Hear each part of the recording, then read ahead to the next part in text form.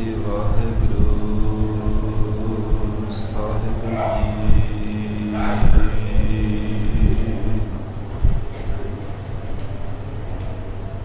ਇੱਕ ਓੰਕਾਰ ਸਤਿਨਾਮ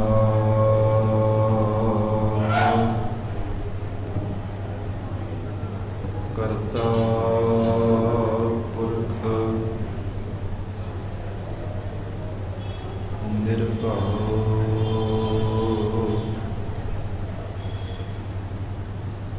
ਨਿਰਵੈਰ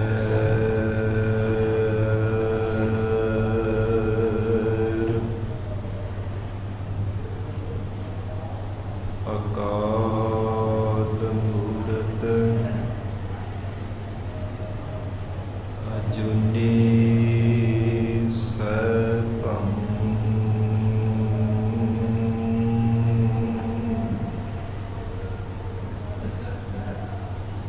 ਗੁਰ ਪ੍ਰਸਾਦ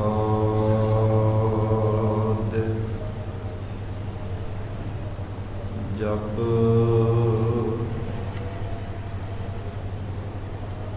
ਆਦਿ ਸਚ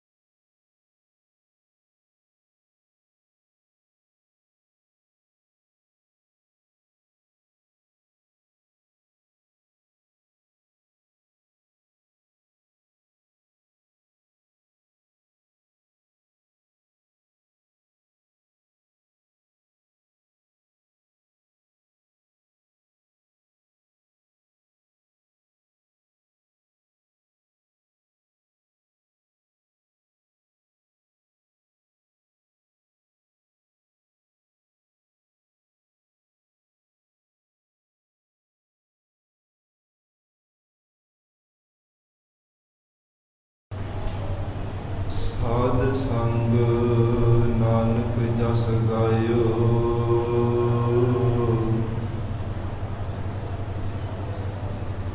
ਜੋ ਪ੍ਰਭ ਕੀ ਅਤ ਪਿਆਰੀ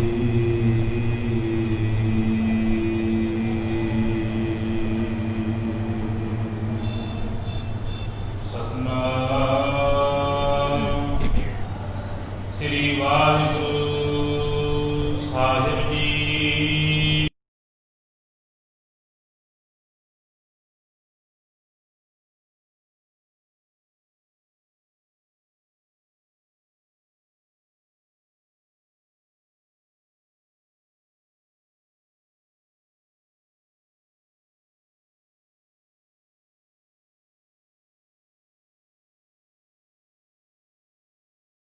ਪੰਕਜ ਮੋਹ ਪਦ ਨਹੀਂ ਚਾਲੈ।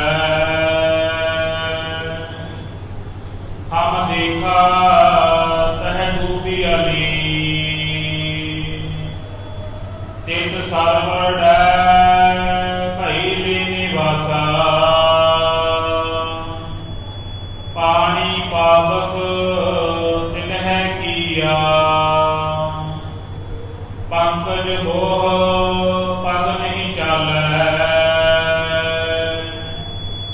ਹਮ ਦੇਖਾ ਤਹ ਡੂਬੀ ਅਲੀ।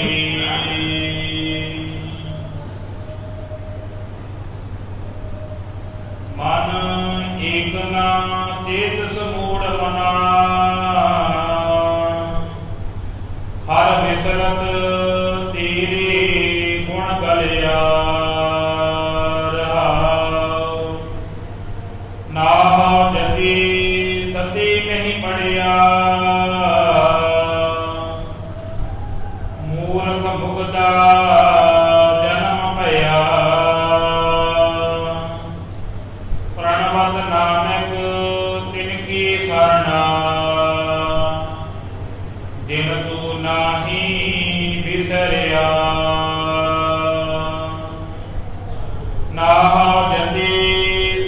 ਨਹੀਂ ਪੜਿਆ ਮੂਰਖ ਮੁਗਦਾ ਜਨਮ ਭਇਆ ਪ੍ਰਣਵਤ ਨਾਨਕ ਤਿਨ ਕੀ ਸਰਣਾ ਜਿਨ ਤੂੰ ਨਾਹੀ ਵਿਸਰਿਆ। ਵਾਹਿਗੁਰੂ ਜੀ ਕਾ ਖਾਲਸਾ ਵਾਹਿਗੁਰੂ ਜੀ ਕੀ ਫਤਿਹ। ਪਤਿਤ ਪਾਵਨ ਭਗਤ ਲਛਨ ਅੰਤਰਜਾਮੀ ਕਰੁਣਾ ਨਿਧਾਨ ਗੁਰੂ ਗਰੀਬ ਨਿਵਾਜ ਕਲਯੁਗ ਕੇ ਤਾਰਨ ਹਾਰੇ ਸ਼ਬਦ ਗੁਰੂ ਸਾਹਿਬ ਸਤਿਗੁਰੂ ਧੰਨ ਧੰਨ ਸ੍ਰੀ ਗੁਰੂ ਗ੍ਰੰਥ ਸਾਹਿਬ ਮਹਾਰਾਜ ਸੱਚੇ ਪਾਤਸ਼ਾਹ ਜੀ ਦੀ ਪਾਵਨ ਪਵਿੱਤਰ ਹਜ਼ੂਰੀ ਅੰਦਰ ਜੁੜ ਬੈਠੇ ਗੁਰੂ ਖਾਲਸਾ ਸਾਧ ਸੰਗਤ ਜੀਓ, ਸਤਿਗੁਰੂ ਜੀ ਦੀ ਮਹਾਨ ਬਖਸ਼ਿਸ਼ ਦਾ ਸਦਕਾ ਅੰਮ੍ਰਿਤ ਵੇਲੇ ਤੋਂ ਮਹਾਰਾਜ ਸੱਚੇ ਪਾਤਸ਼ਾਹ ਜੀ ਦੀ ਪਾਵਨ ਹਜ਼ੂਰੀ ਅੰਦਰ ਦੀਵਾਨ ਸਜੇ ਸਨ। ਸਜੇ ਹੋ ਦੀਵਾਨਾ ਅੰਦਰ ਪਾਵਨ ਗੁਰਬਾਣੀ ਦੇ ਜਾਪ ਅੰਮ੍ਰਿਤਮਈ ਗੁਰਬਾਣੀ ਦਾ ਰਸ ਭਿੰਨਾ ਕੀਰਤਨ ਆਪ ਸੰਗਤਾਂ ਨੇ ਸਰਵਣ ਕੀਤਾ ਹੈ। ਹੁਣ ਇਸ ਪਾਵਨ ਅਸਥਾਨ ਤੇ ਚੱਲ ਰਹੀ ਲੜੀਵਾਰ ਗੁਰਬਾਣੀ ਦੀ ਕਥਾ ਵਿਚਾਰ ਦਾ ਸਮਾਂ ਹੋਇਆ ਹੈ। ਆਓ ਸਾਧ ਸੰਗਤ ਜੀ ਪਿਆਰ ਸਤਿਕਾਰ ਸਹਿਤ ਸਤਿਗੁਰੂ ਜੀ ਦੇ ਚਰਨਾਂ ਵਿੱਚ ਬੈਠ ਕੇ ਅੰਮ੍ਰਿਤਮਈ ਲੜੀਵਾਰ ਗੁਰਬਾਣੀ ਦੀ ਕਥਾ ਸਰਵਣ ਕਰਕੇ ਲਾਹੇ ਪ੍ਰਾਪਤ ਕਰੀਏ। ਜਗਤ ਗੁਰੂ ਧੰਨ ਸ੍ਰੀ ਗੁਰੂ ਨਾਨਕ ਦੇਵ ਸਾਹਿਬ ਮਹਾਰਾਜ ਸੱਚੇ ਪਾਤਸ਼ਾਹ ਹਜੂਰ ਜਗਤ ਜਲੰਦੇ ਨੂੰ ਤਾਰਦੇ ਆ ਜਦੋਂ ਨੀਮ ਖਾਰ ਪਰਬਤ ਦੇ ਮਹਾਰਾਜ ਸੱਚੇ ਪਾਤਸ਼ਾਹ ਗਏ ਹੈ। ਜਿਵੇਂ ਸੁਮੇਰ ਪਰਬਤ ਦੇ ਮਹਾਰਾਜ ਸੱਚੇ ਪਾਤਸ਼ਾਹ ਜੀ ਦੇ ਸਨਮੁਖ ਹੋ ਕਰਕੇ ਜੋ ਸਿੱਧਾਂ ਨੇ ਸਵਾਲ ਕੀਤੇ ਸਨ, ਜਿਵੇਂ ਜਿਵੇਂ ਮਨ ਵਿੱਚ ਸ਼ੰਕੇ ਸਨ, ਸਤਿਗੁਰੂ ਜੀ ਨੂੰ ਸਵਾਲ ਕਰੀ ਜਾਂਦੇ ਮਹਾਰਾਜ ਸੱਚੇ ਪਾਤਸ਼ਾਹ ਜੋ ਉੱਤਰ ਦੇ ਕਰਕੇ ਉਹਨਾਂ ਦੀ ਸ਼ੰਕਿਆਂ ਦੀ ਨਿਵਰਤੀ ਕਰ ਦਿੰਦੇ ਹੈ। ਇਸੇ ਪ੍ਰਕਾਰ ਮਹਾਰਾਜ ਸੱਚੇ ਪਾਤਸ਼ਾਹ ਜੀ ਨੇ ਜਿਸ ਸਮੇਂ ਜਗਤ ਜਲਾਂਦੇ ਨੂੰ ਤਾਰਦਿਆਂ ਹੋਇਆ ਨੀਮ ਖਾਰ ਵਾਲੇ ਅਸਥਾਨ ਤੇ ਮਹਾਰਾਜ ਸੱਚੇ ਪਾਤਸ਼ਾਹ ਜੀ ਨੇ ਜਾਮਣਾ ਕੀਤਾ। ਸਿੱਧਾਂ ਨੇ ਫਿਰ ਮਹਾਰਾਜ ਸੱਚੇ ਪਾਤਸ਼ਾਹ ਜੀ ਨੂੰ ਬੇਨਤੀ ਕੀਤੀ ਹੈ, ਇਹ ਗਰੀਬ ਨਵਾਜ ਧੰਨ ਗੁਰੂ ਨਾਨਕ ਦੇਵ ਸਾਹਿਬ ਮਹਾਰਾਜ ਸੱਚੇ ਪਾਤਸ਼ਾਹ ਸੰਸਾਰ ਨੂੰ ਕਿਵੇਂ ਪਰਮਾਤਮਾ ਨੇ ਪੈਦਾ ਕੀਤਾ ਹੈ। ਜਗਤ ਦੇ ਪ੍ਰਕਿਰਤੀ ਬਾਰੇ ਮਹਾਰਾਜ ਸੱਚੇ ਪਾਤਸ਼ਾਹ ਕਿਰਪਾ ਕਰਕੇ ਉਪਦੇਸ਼ ਬਖਸ਼ੋ। ਇਸ ਪਾਵਨ ਸ਼ਬਦ ਦੇ ਵਿਚਾਰ ਅੰਦਰ ਮਹਾਰਾਜ ਸੱਚੇ ਪਾਤਸ਼ਾਹ ਪਹਿਲਾਂ ਸੰਸਾਰ ਦੇ ਜੀਵਾਂ ਦੇ ਪਰਥਾਏ ਜੋ ਬੁੱਧੀ ਦੇ ਤਲ ਤੇ ਜੀਵਨ ਨਿਰਵਾਹ ਕਰਨ ਵਾਲੇ ਜੀਵ ਹੈ, ਤਿੰਨਾਂ ਦੇ ਪਰਥਾਏ ਸਤਿਗੁਰੂ ਜੀ ਉਚਾਰਨ ਕਰਨਗੇ। ਫਿਰ ਜੋ ਅੰਤਰੀਵ ਅਰਥ ਹਨ, ਜੋ ਬ੍ਰਹਮ ਵੇਦੇ ਬੰਦਗੀ ਕਰਨ ਵਾਲੇ, ਜਿਨ੍ਹਾਂ ਨੇ ਜਗਤ ਵਿੱਚ ਰਹਿੰਦਿਆਂ ਹੋਇਆਂ ਵੀ ਮਾਇਆ ਦੀ ਮੋਹ ਮਮਤਾ ਵਿੱਚ ਰਹਿੰਦਿਆਂ ਵੀ ਜਿਨ੍ਹਾਂ ਨੇ ਚਿੱਤ ਕੋ ਬਰਾਮ ਕਰਕੇ ਰੱਖਿਆ, ਜਿਨ੍ਹਾਂ ਨੇ ਤਿੰਨਾਂ ਗੁਣਾਂ ਤੋਂ ਅਤੀਤ ਹੋ ਕੇ ਜੀਵਨ ਨਿਰਵਾਹ ਕੀਤਾ, ਤਿੰਨਾਂ ਗੁਰਮੁਖਾਂ ਬ੍ਰਹਮ ਵੇਦਿਆਂ ਦੇ ਪ੍ਰਥਾਈ ਮਹਾਰਾਜ ਸੱਚੇ ਪਾਤਸ਼ਾਹ ਉਚਾਰਨ ਕਰਨਗੇ। ਪਿਆਰ ਦੇ ਨਾਲ ਸਤਿਗੁਰੂ ਜੀ ਦੇ ਚਰਨਾਂ ਵਿੱਚ ਬੈਠ ਕੇ ਮਹਾਰਾਜ ਸੱਚੇ ਪਾਤਸ਼ਾਹ ਦੀ ਪਵਿੱਤਰ ਬਾਣੀ ਦੀ ਕਥਾ ਨਾਲ ਜੁੜ ਕੇ ਲਾਹੇ ਪ੍ਰਾਪਤ ਕਰੀਏ। ਵਿਚਾਰ ਦੇ ਪ੍ਰਾਰੰਭਤਾ ਤੋਂ ਪਹਿਲਾਂ ਜ਼ਰੂਰੀ ਹੈ ਮਨ ਨੂੰ ਇਕਾਗਰ ਕਰਨਾ। ਧੰਨ ਸ੍ਰੀ ਗੁਰੂ ਗ੍ਰੰਥ ਸਾਹਿਬ ਮਹਾਰਾਜ ਸੱਚੇ ਪਾਤਸ਼ਾਹ ਜੀ ਨੂੰ ਸੀਸ ਝੁਕਾਵੋ, ਪਿਆਰ ਅਦਬ ਨਾਲ ਉਚਾਰਨ ਕਰੋ ਜੀ, ਕਰੋ ਰਸਨਾ ਪਵਿੱਤਰ। ਸਤਿਨਾਮ ਸ੍ਰੀ ਵਾਹਿਗੁਰੂ ਸਾਹਿਬ ਜੀ। ਸਤਿਨਾਮ ਸ੍ਰੀ ਵਾਹਿਗੁਰੂ ਸਾਹਿਬ ਜੀ।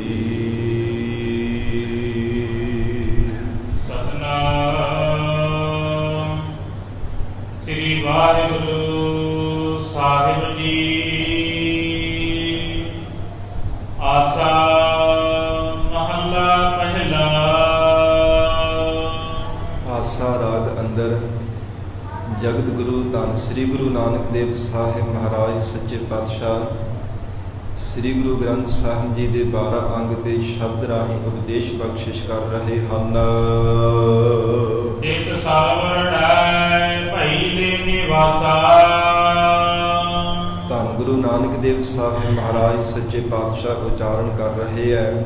ਇਹ ਸਿੱਧੋ ਅਕਾਲ ਪੁਰਖ ਪਰਮਾਤਮਾ ਨੇ ਸੰਸਾਰ ਰੂਪੀ ਸਮੁੰਦਰ ਵਿੱਚ ਤਮਾਮ ਸੰਸਾਰ ਦੇ ਜੀਵਾਂ ਨੂੰ ਪੈਦਾ ਕੀਤਾ ਹੈ।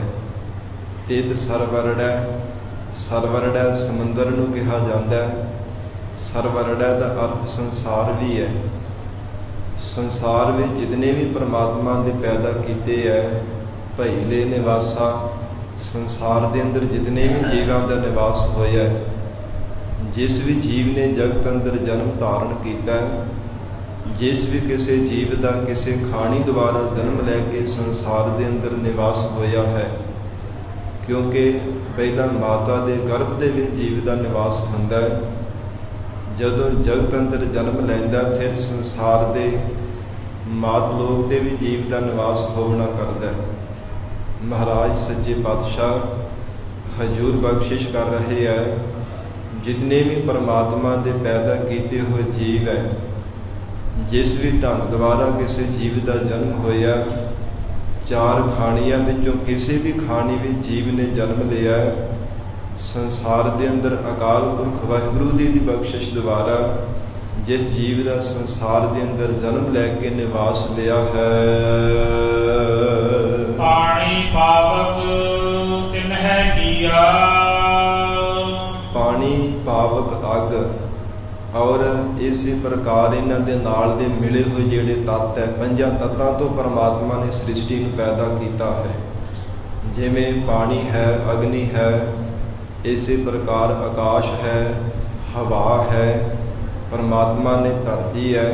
ਇਹ ਪੰਜਾਂ ਤੱਤਾਂ ਤੋਂ ਪਰਮੇਸ਼ਰ ਨੇ ਜੀਵਾਂ ਨੂੰ ਪੈਦਾ ਕੀਤਾ ਹੈ। ਗਰੀਬ ਨਵਾਜ ਸਤਿਗੁਰੂ ਸੱਚੇ ਪਾਤਸ਼ਾਹ ਜੀ ਫਰਮਾਨ ਕਰਦੇ ਹੈ, ਸਿੱਧੋ ਪਾਣੀ ਪਾਵਕ ਤਿਨਹਿ ਕੀਆ। ਪਾਣੀ ਹੈ, ਅੱਗ ਹੈ, ਆਦਿਕ ਜੇ ਪੰਜ ਤੱਤ ਹਨ, ਇਹਨਾਂ ਤੋਂ ਪਰਮਾਤਮਾ ਨੇ ਸਾਰੀ ਸ੍ਰਿਸ਼ਟੀ ਨੂੰ ਪੈਦਾ ਕੀਤਾ ਹੈ। ਔਰ ਇਸੇ ਪ੍ਰਕਾਰ ਫਿਰ ਆਰੰਭ ਤੋਂ ਪੜ੍ਹਦੇ ਹੋ ਜੀ। ਇਕ ਸਰਵਰੜੈ ਭਈ ਲੈ ਨਿਵਾਸਾ। ਧੰਨ ਸਤਿਗੁਰੂ ਨਾਨਕ ਦੇਵ ਸਾਹਿਬ ਮਹਾਰਾਜ ਸੱਚੇ ਪਾਤਸ਼ਾਹ ਹਜ਼ੂਰ ਫਰਮਾਨ ਕਰਦੇ ਹੈ, ਇਹ ਸਿੱਧੋ ਸੰਸਾਰ ਦੇ ਅੰਦਰ ਤਮਾਮ ਜਿੱਥੇ ਪਰਮੇਸ਼ਰ ਦੇ ਹੋਰ ਬੁੱਧੀ ਦੇ ਤਲ ਤੇ ਜ਼ਿੰਦਗੀ ਜੀਉਣ ਵਾਲੇ ਪਰਮਾਤਮਾ ਨੇ ਜੀਵ ਪੈਦਾ ਕੀਤੇ ਹੈ, ਉੱਥੇ ਐਸੇ ਬੰਦਗੀ ਕਰਨ ਵਾਲੇ ਵਡਭਾਗੇ ਪੁਰਖ ਵੀ ਹੈ, ਜਿਨ੍ਹਾਂ ਨੇ ਸਤ ਸੰਗਤ ਰੂਪੀ ਸਰੋਵਰ ਦੇ ਵਿੱਚ ਨਿਵਾਸ ਕੀਤਾ ਹੈ। ਸਤ ਸੰਗਤ ਵੀ ਇੱਕ ਸਰੋਵਰ ਦੀ ਤਰ੍ਹਾਂ ਹੈ, ਜਿੱਥੇ ਗਰੀਬ ਨਵਾਜ ਮਹਾਰਾਜ ਸੱਚੇ ਪਾਤਸ਼ਾਹ ਜੀ ਦੀ ਐਸੀ ਰਹਿਮਤ ਵਰਤਦੀ ਹੈ, ਜੋ ਗੁਰਮੁਖ ਪਿਆਰੇ ਆਪਣੇ ਮਨ ਨੂੰ ਉਜਲ ਕਰਨ ਵਾਸਤੇ, ਮਨ ਨੂੰ ਪਵਿੱਤਰ ਕਰਨ ਵਾਸਤੇ ਸਤ ਸੰਗਤ ਰੂਪੀ ਸਰੋਵਰ ਤੇ ਆ ਕੇ ਇਸ਼ਨਾਨ ਕਰਦੇ ਹੈ। ਜੋ ਅੰਤਰਮੁਖੀ ਹੋ ਕੇ ਗੁਰਮੁਖ ਪਿਆਰੇ ਪਰਮੇਸ਼ਰ ਦੇ ਨਾਮ ਰੂਪ ਜਲ ਦੁਆਰਾ ਇਸ਼ਨਾਨ ਕਰਦੇ ਹੈ, ਐਸਾ ਉਹਨਾਂ ਗੁਰਮੁਖਾਂ ਦਾ ਜੀਵਨ ਹੈ। ਧੰਨ ਗੁਰੂ ਨਾਨਕ ਦੇਵ ਸਾਹਿਬ ਮਹਾਰਾਜ ਸੱਚੇ ਪਾਤਸ਼ਾਹ ਫਰਮਾਨ ਕਰ ਰਹੇ ਹੈ, ਜਿਨ੍ਹਾਂ ਨੇ ਸਤ ਸੰਗਤ ਰੂਪੀ ਸਰੋਵਰ ਦੇ ਵਿੱਚ ਨਿਵਾਸ ਕੀਤਾ ਹੈ। ਪਾਣੀ ਪਾਵਕ ਤਿਨਹਿ ਕੀਆ। ਸੰਸਾਰ ਭਰ ਦੇ ਵਿੱਚ ਤਮਾਮ ਤਰ੍ਹਾਂ ਤਰ੍ਹਾਂ ਦੀ ਰੰਗਾਂ ਦੀ ਪਰਮੇਸ਼ਰ ਦੀ ਮਾਇਆ ਪੈਦਾ ਕੀਤੀ ਹੈ, ਜਿਸ ਦਾ ਇੰਨਾ ਜ਼ਿਆਦਾ ਬਲ ਵਰਤ ਰਿਹਾ ਹੈ। ਐਸੀ ਇਹ ਪ੍ਰਬਲ ਮਾਇਆ ਹੈ ਕਿ ਇਹਦੇ ਬਲ ਨੂੰ ਮਿਣਿਆ ਨਹੀਂ ਜਾ ਸਕਦਾ, ਤੋਲਿਆ ਨਹੀਂ ਜਾ ਸਕਦਾ, ਨਾ ਹੀ ਗਿਣਿਆ ਜਾ ਸਕਦਾ ਹੈ। ਕਿਉਂਕਿ ਪਰਮਾਤਮਾ ਦੀ ਚੇਤਨ ਸੱਤਾ, ਪਰਮੇਸ਼ਰ ਦੀ ਸ਼ਕਤੀ ਇਸ ਜੜ ਮਾਇਆ ਵਿੱਚ ਵਰਤ ਰਹੀ ਹੈ, ਤਾਂ ਹੀ ਇਸ ਨੇ ਚੇਤਨਤਾ ਵਿੱਚ ਆਪਣਾ ਕੀਤਾ। ਇਹ ਸਾਧ ਸੰਗਤ ਜੀ, ਜਿਵੇਂ ਅਹਰਨ ਦੇ ਉੱਪਰ ਆਪਣੇ ਹੱਥ ਵਿੱਚ ਕੋਈ ਹਥੌੜਾ ਪਕੜ ਕਰਕੇ ਜਿੰਨਾ ਬਲ ਦੇ ਨਾਲ ਮਾਰੇਗਾ ਨਾ, ਉਹਨਾਂ ਜ਼ਿਆਦਾ ਪਏ ਹੋਏ ਕਿਸੇ ਔਜ਼ਾਰ ਤੇ, ਕਿਸੇ ਸ਼ਸਤਰ ਤੇ ਜਾਂ ਲੋਹੇ ਦੀ ਕਿਸੇ ਵਸਤੂ ਤੇ ਜਾ ਕਰਕੇ ਬਲ ਲੱਗੇਗਾ। ਜਿੰਨਾ ਕੁ ਕਿਸੇ ਵਿੱਚ ਬਲ ਹੋਵੇਗਾ, ਹਥੌੜਾ ਆਪਣੇ ਆਪ ਵਿੱਚ ਚੇਤਨ ਨਹੀਂ ਹੈ, ਪਰ ਚੇਤਨਤਾ ਹੀ ਤਾਂ ਆਈ ਹੈ ਜਦੋਂ ਚੇਤਨ ਜੀਵ ਨੇ ਉਸ ਨੂੰ ਪਕੜ ਕਰਕੇ ਬਲ ਦਾ ਦਾਗ ਕਰਕੇ ਪੂਰੇ ਜ਼ੋਰ ਦੇ ਨਾਲ ਹਿਰਨ ਦੇ ਉੱਪਰ ਮਾਰਨਾ ਕੀਤਾ ਹੈ। ਨਹੀਂ ਤਾਂ ਆਪਣੇ ਆਪ ਹਥੌੜਾ ਨਹੀਂ ਚੱਲਦਾ, ਕਿਉਂਕਿ ਜੜ ਹੈ। ਇਸੇ ਪ੍ਰਕਾਰ ਮਾਇਆ ਵੀ ਜੜ ਹੈ। ਇਹ ਜੜ ਮਾਇਆ ਵਿੱਚ ਪਰਮਾਤਮਾ ਦੀ ਚੇਤਨਤਾ ਹੀ ਆਈ ਹੈ। ਜੇ ਪਰਮੇਸ਼ਰ ਦਾ ਬਲ ਮਿਣਿਆ ਨਹੀਂ ਜਾ ਸਕਦਾ, ਤੋਲਿਆ ਨਹੀਂ ਜਾ ਸਕਦਾ, ਗਿਣਿਆ ਨਹੀਂ ਜਾ ਸਕਦਾ, ਜੜ ਮਾਇਆ ਵਿੱਚ ਆਏ ਹੋਏ ਪਰਮਾਤਮਾ ਦੇ ਬਲ ਵਾਹਿਗੁਰੂ ਦੀ ਸ਼ਕਤੀ ਨੂੰ ਭਲਾ ਕਿਵੇਂ ਕੋਈ ਤੋਲ ਸਕਦਾ, ਕਿਵੇਂ ਮਾਪ ਸਕਦਾ ਹੈ। ਇਸ ਪ੍ਰਕਾਰ ਸਤਿਗੁਰੂ ਨਾਨਕ ਦੇਵ ਸਾਹਿਬ ਸੱਚੇ ਪਾਤਸ਼ਾਹ ਮਹਾਰਾਜ ਬਖਸ਼ਿਸ਼ ਕਰ ਰਹੇ ਹੈ। ਹਜ਼ੂਰ ਕਹਿੰਦੇ ਹਨ, ਪਾਣੀ ਪਾਵਕ ਤਿਨਹਿ ਕੀਆ। ਐਸੀ ਇਹ ਬਲ ਵਾਲੀ ਪ੍ਰਬਲ ਮਾਇਆ ਹੈ, ਪਾਵਕ ਅੱਗ ਦੀ ਤਰ੍ਹਾਂ ਸੰਸਾਰ ਦੇ ਜੀਵਾਂ ਨੂੰ ਸਾੜੀ ਹੀ ਜਾ ਰਹੀ ਹੈ।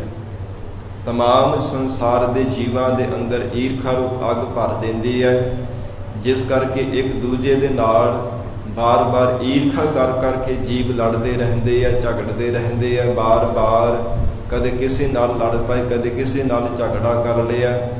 ਇਸ ਮਾਇਆ ਰੂਪੀ ਅਗਨੀ ਕਰਕੇ ਹਰ ਸਮੇਂ ਜੀਵ ਸੜਦੇ ਰਹਿੰਦੇ ਆ।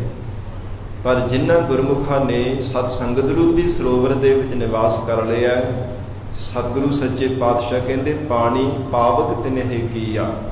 ਪਾਵਕ ਜਿਹੜੀ ਅੱਗ ਦੀ ਤਰ੍ਹਾਂ ਇਹ ਮਾਇਆ ਸਾੜਨ ਵਾਲੀ ਹੈ, ਇਸ ਨੂੰ ਪਾਣੀ ਦੀ ਤਰ੍ਹਾਂ ਸ਼ਾਂਤ ਕਰ ਦਿੱਤਾ ਹੈ। ਇਸ ਨੂੰ ਪਾਣੀ ਦੀ ਤਰ੍ਹਾਂ ਉਹਨਾਂ ਨੇ ਠੰਡੀ ਕਰ ਦਿੱਤਾ ਹੈ। ਗੁਰਮੁਖਾਂ ਨੇ ਸਤ ਸੰਗਤ ਰੂਪੀ ਸਰੋਵਰ ਦੇ ਵਿੱਚ ਨਿਵਾਸ ਕਰਕੇ, ਜਿਵੇਂ ਸਤ ਸੰਗਤ ਜੀ ਜਿਤਨੇ ਵੀ ਮਹਾਨ ਕੋਈ ਸੇਵਾ ਕਰਦਾ ਹੈ ਨਾ, ਪਰਮਾਤਮਾ ਨੇ ਜਿਸ ਕਿਸੇ ਨੂੰ ਜਿਤਨੀ ਕੋਈ ਸ਼ਕਤੀ ਬਖਸ਼ੀ ਹੈ, ਕੋਈ ਤਨ ਕਰਕੇ ਸੇਵਾ ਕਰਦਾ ਹੈ, ਕੋਈ ਮਨ ਕਰਕੇ, ਕੋਈ ਧਨ ਕਰਕੇ ਗੁਰਮੁਖ ਪਿਆਰਾ ਸੇਵਾ ਕਰਦਾ ਹੈ। ਜਿਵੇਂ ਪਰਮਾਤਮਾ ਨੇ ਕਿਸੇ ਨੂੰ ਬਲ ਬਖਸ਼ਿਆ ਹੈ, ਕਿਉਂਕਿ ਤਨ ਮਨ ਤੇ ਧਨ ਦੁਆਰਾ ਹੀ ਸੇਵਾ ਕੀਤੀ ਜਾ ਸਕਦੀ ਹੈ। ਕੋਈ ਤਨ ਕਰਕੇ ਗੁਰਮੁਖ ਪਿਆਰੇ ਗੁਰੂ ਘਰ ਦੇ ਵਿੱਚ ਲੰਗਰ ਵਰਤਾਉਣ ਦੀ ਸੇਵਾ ਕਰਦੇ ਆ, ਬਰਤਨਾਂ ਦੀ, ਜੋੜਿਆਂ ਦੀ, ਝਾੜੂ ਫੇਰਨ ਦੀ ਸੇਵਾ ਕਰਦੇ ਆ। ਇਸ ਪ੍ਰਕਾਰ ਇਹ ਤਨ ਦੀ ਸੇਵਾ ਹੈ, ਜਿਹੜੀ ਹੱਥੀਂ ਸੇਵਾ ਕਰਨੀ ਹੈ। ਇੱਕ ਮਨ ਕਰਕੇ ਸੇਵਾ ਹੈ, ਅਡੋਲ ਚੌਂਕੜਾ ਲਗਾ ਕਰਕੇ ਇੱਕ ਚਿੱਤ ਹੋ ਕੇ ਪਰਮਾਤਮਾ ਦੀ ਯਾਦ ਵਿੱਚ ਜੁੜੇ ਰਹਿਣਾ। ਪਰਮੇਸ਼ਰ ਦੇ ਨਾਮ ਰੂਪੀ ਚਰਨਾਂ ਨੂੰ ਮਨ ਰੂਪੀ ਹੱਥਾਂ ਦੇ ਨਾਲ ਸਾਫ਼ ਕਰਨ ਦਾ ਭਾਵ ਸਪਰਸ਼ ਕਰਨਾ, ਇੱਕ ਚਿੱਤ ਹੋ ਕੇ ਪਰਮੇਸ਼ਰ ਦਾ ਸਿਮਰਨ ਕਰਨਾ, ਇਹ ਮਨ ਕਰਕੇ ਸੇਵਾ ਹੈ। ਇੱਕ ਧਨ ਕਰਕੇ ਸੇਵਾ, ਜਿਤਨੀ ਕੁ ਪਰਮਾਤਮਾ ਨੇ ਯਥਾ ਸ਼ਕਤ ਜਿਤਨੀ ਵੀ ਕਿਸੇ ਨੂੰ ਸਮਰੱਥਾ ਬਖਸ਼ੀ ਹੈ, ਉਹਨਾਂ ਉਹ ਧਨ ਗੁਰੂ ਕੀ ਸੰਗਤ ਵਾਸਤੇ ਗੁਰੂ ਘਰ ਦੇ ਵਿੱਚ ਲਿਆ ਕਰਕੇ ਅਰਪਣ ਕਰ ਦਿੰਦੇ ਹੈ। ਸਤਿਗੁਰੂ ਜੀ ਦੇ ਚਰਨਾਂ ਵਿੱਚੋਂ ਭੇਟਾ ਲਿਆ ਕਰਕੇ ਅਰਪਣ ਕਰਦੇ ਹੈ। ਇਹ ਤਨ ਮਨ ਤੇ ਧਨ ਕਰਕੇ ਜਿਸ ਵੀ ਢੰਗ ਨਾਲ ਕੋਈ ਜੀਵ ਸੇਵਾ ਕਰਦਾ ਹੈ, ਮਹਾਰਾਜ ਸੱਚੇ ਪਾਤਸ਼ਾਹ ਕਹਿੰਦੇ, ਜਿੰਨਾ ਕੁ ਵਾਹਿਗੁਰੂ ਕਿਸੇ ਨੂੰ ਬਲ ਬਖਸ਼ਦਾ ਹੈ, ਉਨੀ ਕੁ ਉਹ ਗੁਰਮੁਖ ਪਿਆਰਾ ਸੇਵਾ ਕਰ ਲੈਂਦਾ ਹੈ। ਤੇ ਜਿਨ੍ਹਾਂ ਗੁਰਮੁਖ ਪਿਆਰਿਆਂ ਨੇ ਸਤ ਸੰਗਤ ਰੂਪ ਵਿੱਚ ਆ ਕਰਕੇ ਅਕਾਲ ਪੁਰਖ ਪਰਮੇਸ਼ਰ ਦਾ ਜਸ ਗਾਇਆ, ਹਜੂਰ ਬਖਸ਼ਿਸ਼ ਕਰਦੇ ਆ। ਪਾਣੀ ਪਾਵਕ ਤਿਨਹਿ ਕੀਆ। ਪਾਵਕ ਅੱਗ ਦੀ ਤਰ੍ਹਾਂ ਜੋ ਮਾਇਆ ਜੀਵਾਂ ਤੇ ਹਿਰਦਿਆਂ ਨੂੰ ਸਾੜਨ ਵਾਲੀ ਹੈ। ਮਹਾਰਾਜ ਸੱਚੇ ਪਾਤਸ਼ਾਹ ਕਹਿੰਦੇ, ਉਹਨਾਂ ਨੇ ਪਾਣੀ ਦੀ ਤਰ੍ਹਾਂ ਉਜਲ ਕਰ ਦਿੱਤੀ ਹੈ। ਭਾਵ ਪਾਣੀ ਜਿਵੇਂ ਉਜਲ ਹੁੰਦਾ ਹੈ ਨਾ, ਇਸੇ ਤਰ੍ਹਾਂ ਮਾਇਆ ਵੀ ਸਫਲੀ ਤਾਂ ਹੁੰਦੀ ਹੈ ਜੇ ਆਪਣੀ ਕਿਰਤ ਕਮਾਈ ਦੇ ਵਿੱਚੋਂ 10ਵਾਂ ਹਿੱਸਾ ਗੁਰੂ ਕੇ ਹੁਕਮ ਅਨੁਸਾਰ ਗੁਰੂ ਚਰਨਾਂ ਵਿੱਚ ਅਰਪਣ ਕੀਤਾ ਜਾਵੇ। 52 ਭਜਨ ਅਸੀਂ ਪੜ੍ਹਦੇ ਹਾਂ। ਗੁਰੂ ਕਲਗੀਧਰ ਪਿਤਾ ਧੰਨ ਸ਼੍ਰੀ ਗੁਰੂ ਗੋਬਿੰਦ ਸਿੰਘ ਸਾਹਿਬ ਸੱਚੇ ਪਾਤਸ਼ਾਹ ਜੀ ਦੇ ਹਜੂਰ ਨੇ ਜੋ ਭਜਨ ਕੀਤੇ ਹੈ, ਜਿੱਥੇ ਧਰਮ ਦੀ ਕਿਰਤ ਕਰਨਾ, ਫਿਰ ਵੰਡ ਕੇ ਛਕਣਾ, ਦਸਵੰਧ ਜਿਹੜਾ ਹੈ ਆਪਣੀ ਕਿਰਤ ਕਮਾਈ ਦਾ ਗੁਰੂ ਦੀਆਂ ਸੰਗਤਾਂ ਲਈ ਗੁਰੂ ਚਰਨਾਂ ਵਿੱਚ ਅਰਪਣ ਕਰਨਾ, ਇਹ ਵੀ ਮਹਾਰਾਜ ਸੱਚੇ ਪਾਤਸ਼ਾਹ ਜੀ ਦਾ ਹੁਕਮ ਹੈ। ਐਸਾ ਗੁਰਮੁਖ ਪਿਆਰਿਆਂ ਨੇ ਇਹ ਸਾੜਨ ਵਾਲੀ ਮਾਇਆ ਨੂੰ ਅਗਨੀ ਦੀ ਤਰ੍ਹਾਂ, ਜਿਹੜਾ ਪ੍ਰਚੰਡ ਜੀ ਦਾ ਬੜਾ ਪ੍ਰਤਾਪ ਹੈ, ਇਸ ਨੂੰ ਠੰਡੀ ਸ਼ੀਤਲ ਕਰ ਦੇਣਾ ਕੀਤਾ ਹੈ। ਸਤ ਸੰਗਤ ਦੇ ਵਿੱਚ ਲਿਆ ਕੇ ਮਹਾਰਾਜ ਸੱਚੇ ਪਾਤਸ਼ਾਹ ਹਜੂਰ ਦੇ ਬਖਸ਼ਿਸ਼ ਭਰੇ ਬਚਨ ਹੈ। ਕਹਿੰਦੇ ਹਨ, ਐਸੇ ਜੋ ਗੁਰਮੁਖ ਪਿਆਰੇ ਹੈ ਨਾ, ਉਹ ਆਪਣੀ ਕੀਤੀ ਹੋਈ ਕਿਰਤ ਕਮਾਈ ਨੂੰ ਵੀ ਸਫਲਿਆ ਕਰ ਲੈਂਦੇ ਹੈ। ਉਹਨਾਂ ਗੁਰਮੁਖਾਂ ਦਾ ਲੋਕ ਪਰਲੋਕ ਸਵਾਰਿਆ ਜਾਂਦਾ, ਜੋ ਗੁਰਮੁਖ ਪਿਆਰੇ ਕੀਤੀ ਹੋ ਕਿਰਤ ਕਮਾਈ ਵਿੱਚੋਂ ਲਿਆ ਕਰਕੇ ਗੁਰੂ ਚਰਨਾਂ ਵਿੱਚ ਦਸਵੰਧ ਕੱਢਦੇ ਹੈ। ਔਰ ਇਹਦੇ ਨਾਲ ਨਾਲ ਸਵਾਸਾਂ ਦਾ ਵੀ ਜੋ ਗੁਰਮੁਖ ਪਿਆਰੇ ਦਸਵੰਧ ਕੱਢਦੇ ਹੈ। ਜਿਵੇਂ 24 ਘੰਟਿਆਂ ਦੇ ਵਿੱਚੋਂ ਘੱਟ ਤੋਂ ਘੱਟ 2.5 ਘੰਟੇ ਸਿਮਰਨ ਕਰਨਾ ਹਰ ਇੱਕ ਸਿੱਖ ਦਾ ਇਹ ਫਰਜ਼ ਬਣਦਾ ਹੈ। ਘੱਟ ਤੋਂ ਘੱਟ 2.5 ਘੰਟੇ ਗੁਰੂ ਸਾਹਿਬ ਜੀ ਦਾ ਹੁਕਮ ਹੈ। ਪੰਜ ਪਿਆਰੇ ਸਾਹਿਬਾਨ ਵਚਨ ਕਰਿਆ ਕਰਦੇ ਹੈ ਕਿ ਘੱਟ ਤੋਂ ਘੱਟ 2.5 ਘੰਟੇ ਇੱਕ ਦਿਨ ਰਾਤ ਦੇ ਵਿੱਚ ਹਰ ਇੱਕ ਗੁਰਸਿੱਖ ਦਾ ਫਰਜ਼ ਬਣਦਾ ਕਿ ਸਿਮਰਨ ਕਰਨਾ। ਸਵਾ ਘੰਟਾ ਸਵੇਰੇ, ਸਵਾ ਘੰਟਾ ਸ਼ਾਮ ਨੂੰ, ਵੱਧ ਜਿੰਨਾ ਕੋਈ ਕਰ ਸਕੇ, ਜਿੰਨਾ ਪਰਮੇਸ਼ਰ ਕਿਸੇ ਨੂੰ ਬਲ ਬਖਸ਼ੇ ਉਹਦਾ ਲਾਭ ਹੀ ਲਾਭ ਹੈ, ਕੋਈ ਘਾਟਾ ਪੈਣ ਵਾਲਾ ਨਹੀਂ ਹੈ। ਪਰ 2.5 ਘੰਟੇ ਘੱਟ ਤੋਂ ਘੱਟ ਤੇ ਮਹਾਰਾਜ ਸੱਚੇ ਪਾਤਸ਼ਾਹੀ ਦਾ ਹੁਕਮ ਹੈ ਨਾ। ਇਹ ਉਹ ਕਹਿੰਦੇ ਹਨ ਕਿ ਪ੍ਰਤੱਖ ਵੀ ਆਪਣੀ ਕਿਰਤ ਕਮਾਈ ਦੇ ਵਿੱਚੋਂ ਸਤ ਸੰਗਤ ਦੇ ਵਾਸਤੇ ਦਸਵੰਧ ਕੱਢਣਾ ਹੈ। ਫਿਰ 24 ਘੰਟਿਆਂ ਦੇ ਵਿੱਚੋਂ ਇੱਕ ਦਿਨ ਰਾਤ ਦਾ ਜਿਹੜਾ ਸਵਾਸਾਂ ਦਾ ਦਸਵੰਧ ਕੱਢਣਾ ਹੈ ਵੀ ਗੁਰਸਿੱਖ ਵਾਸਤੇ ਸਤਿਗੁਰੂ ਜੀ ਨੇ ਹੁਕਮ ਕੀਤਾ ਹੈ। ਜਿਹੜਾ ਪ੍ਰਤੱਖ ਕਮਾਈ ਵਿੱਚੋਂ ਸਵਾਸਾਂ ਦਾ ਦਸਵੰਧ ਕੱਢਦਾ ਹੈ, ਮਹਾਰਾਜ ਸੱਚੇ ਪਾਤਸ਼ਾਹ ਕਹਿੰਦੇ ਉਹ ਗੁਰਮੁਖ ਪਿਆਰਾ ਆਪਣੇ ਜੀਵਨ ਨੂੰ ਕਿਰਤਾਰਥ ਕਰ ਲੈਂਦਾ। ਤੇ ਜੋ ਹਰ ਸਮੇਂ ਜੀਵਾਂ ਨੂੰ ਸਾੜਨ ਵਾਲੀ ਈਰਖਾ ਭਰੀ ਅੱਗ ਵਾਲੀ ਇਹ ਮਾਇਆ ਹੈ, ਪ੍ਰਬਲ ਔਰ ਪ੍ਰਚੰਡ ਇਹ ਮਾਇਆ ਹੈ। ਗੁਰਮੁਖਾਂ ਨੇ ਸਤ ਸੰਗਤ ਵਿੱਚ ਲਿਆ ਕੇ ਗੁਰੂ ਚਰਨਾਂ ਵਿੱਚ ਅਰਪਣ ਕਰਕੇ ਇਸ ਨੂੰ ਸੀਤਲ ਕਰ ਦੇਣਾ ਕੀਤਾ। ਮਾਇਆ ਵੀ ਸਫਲੀ ਕਰ ਲਈ ਹੈ। ਔਰ ਸਾਧ ਸੰਗਤ ਜੀ ਆਪ ਦੇਖ ਰਹੇ ਹੋ ਕਿੰਨੇ ਗੁਰੂ ਅਸਥਾਨਾਂ ਦੀਆਂ ਮਹਾਨ ਸੇਵਾਵਾਂ ਚੱਲ ਰਹੀਆਂ ਨੇ ਮਹਾਂਪੁਰਖਾਂ ਵੱਲੋਂ। ਸਾਧ ਸੰਗਤ ਜੀ ਇਹ ਜਿਹੜੀ ਜੜ ਮਾਇਆ ਹੈ ਨਾ, ਇਹਦੇ ਵਿੱਚ ਚੇਤਨਤਾ ਆਈ ਬੜੀ ਪ੍ਰਬਲ ਹੈ। ਜੀਵਾਂ ਨੂੰ ਐਸੀ ਪ੍ਰਚੰਡ ਇਹ ਮਾਇਆ ਹੈ ਅਗਨੀ ਦੀ ਤਰ੍ਹਾਂ ਸਾੜਦੀ ਜਾ ਰਹੀ ਹੈ। ਪਰ ਬੰਦਗੀ ਕਰਨ ਵਾਲੇ ਮਹਾਂਪੁਰਖਾਂ ਨੇ ਜਿਨ੍ਹਾਂ ਨੇ ਸਤ ਸੰਗਤ ਰੂਪੀ ਸਰੋਵਰ ਦੇ ਵਿੱਚ ਨਿਵਾਸ ਕੀਤਾ, ਤਿਨਾਂ ਨੇ ਇਸ ਮਾਇਆ ਨੂੰ ਲੇਖੇ ਲਾਉਣ ਦੇ ਵਾਸਤੇ, ਇਸ ਮਾਇਆ ਨੂੰ ਸਫਲਿਆਂ ਕਰਨ ਵਾਸਤੇ, ਮਾਇਆ ਨੂੰ ਸੀਤਲ ਕਰਨ ਦੇ ਵਾਸਤੇ ਗੁਰੂ ਕੇ ਅਸਥਾਨ ਬਣਾਵਣਾ ਕੀਤੇ ਹੈ। ਇਸ ਪ੍ਰਕਾਰ ਮਹਾਰਾਜ ਸੱਚੇ ਪਾਤਸ਼ਾਹ ਧੰਨ ਗੁਰੂ ਨਾਨਕ ਦੇਵ ਸਾਹਿਬ ਮਹਾਰਾਜ ਜੀ ਫਰਮਾਨ ਕਰ ਰਹੇ ਹੈ, ਹਜੂਰ ਬਖਸ਼ਿਸ਼ ਕਰਦੇ ਨੇ, ਪਾਣੀ ਪਾਵਕ ਤਿਨਹਿ ਕੀਆ। ਪਾਣੀ ਦੀ ਤਰ੍ਹਾਂ ਇਹਨੂੰ ਸੀਤਲ ਕਰ ਦਿੱਤਾ। ਪਾਵਕ ਜੋ ਅੱਗ ਦੀ ਤਰ੍ਹਾਂ ਪ੍ਰਚੰਡ ਇਹ ਸਾੜਨ ਵਾਲੀ ਮਾਇਆ ਹੈ। ਔਰ ਇਸੇ ਪ੍ਰਕਾਰ ਫਿਰ ਆਰੰਭ ਤੋਂ ਪੜ੍ਹ ਦੇਵੋ ਜੀ।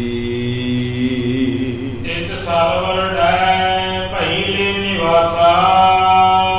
ਹਜੂਰ ਫਰਮਾਨ ਕਰਦੇ ਹੈ ਸੰਸਾਰ ਦੇ ਅੰਦਰ ਜਿਨ੍ਹਾਂ ਜੀਵਾਂ ਦਾ ਨਿਵਾਸ ਹੋਇਆ, ਜਗਤ ਅੰਦਰ ਜਿਨ੍ਹਾਂ ਨੇ ਸੰਸਾਰ ਸਮੁੰਦਰ ਦੇ ਵਿੱਚ ਜਨਮ ਧਾਰਨ ਕੀਤਾ, ਜਗਤ ਅੰਦਰ ਨਿਵਾਸ ਲਿਆ ਹੈ। ਪਾਣੀ ਪਾਵਕ ਤਿਨਹਿ ਕੀਆ। ਸੰਸਾਰ ਦੇ ਅੰਦਰ ਪਰਮਾਤਮਾ ਨੇ ਧਨ ਔਰ ਪਦਾਰਥ ਜੋ ਕੁਝ ਵੀ ਜੀਵਨ ਦੇ ਵਿੱਚ ਬਖਸ਼ਿਆ ਹੈ, ਇਹ ਤਾਂ ਕੇਵਲ ਸੰਸਾਰ ਦੀਆਂ ਲੋੜਾਂ ਪੂਰੀਆਂ ਕਰਨ ਵਾਸਤੇ ਹੈ।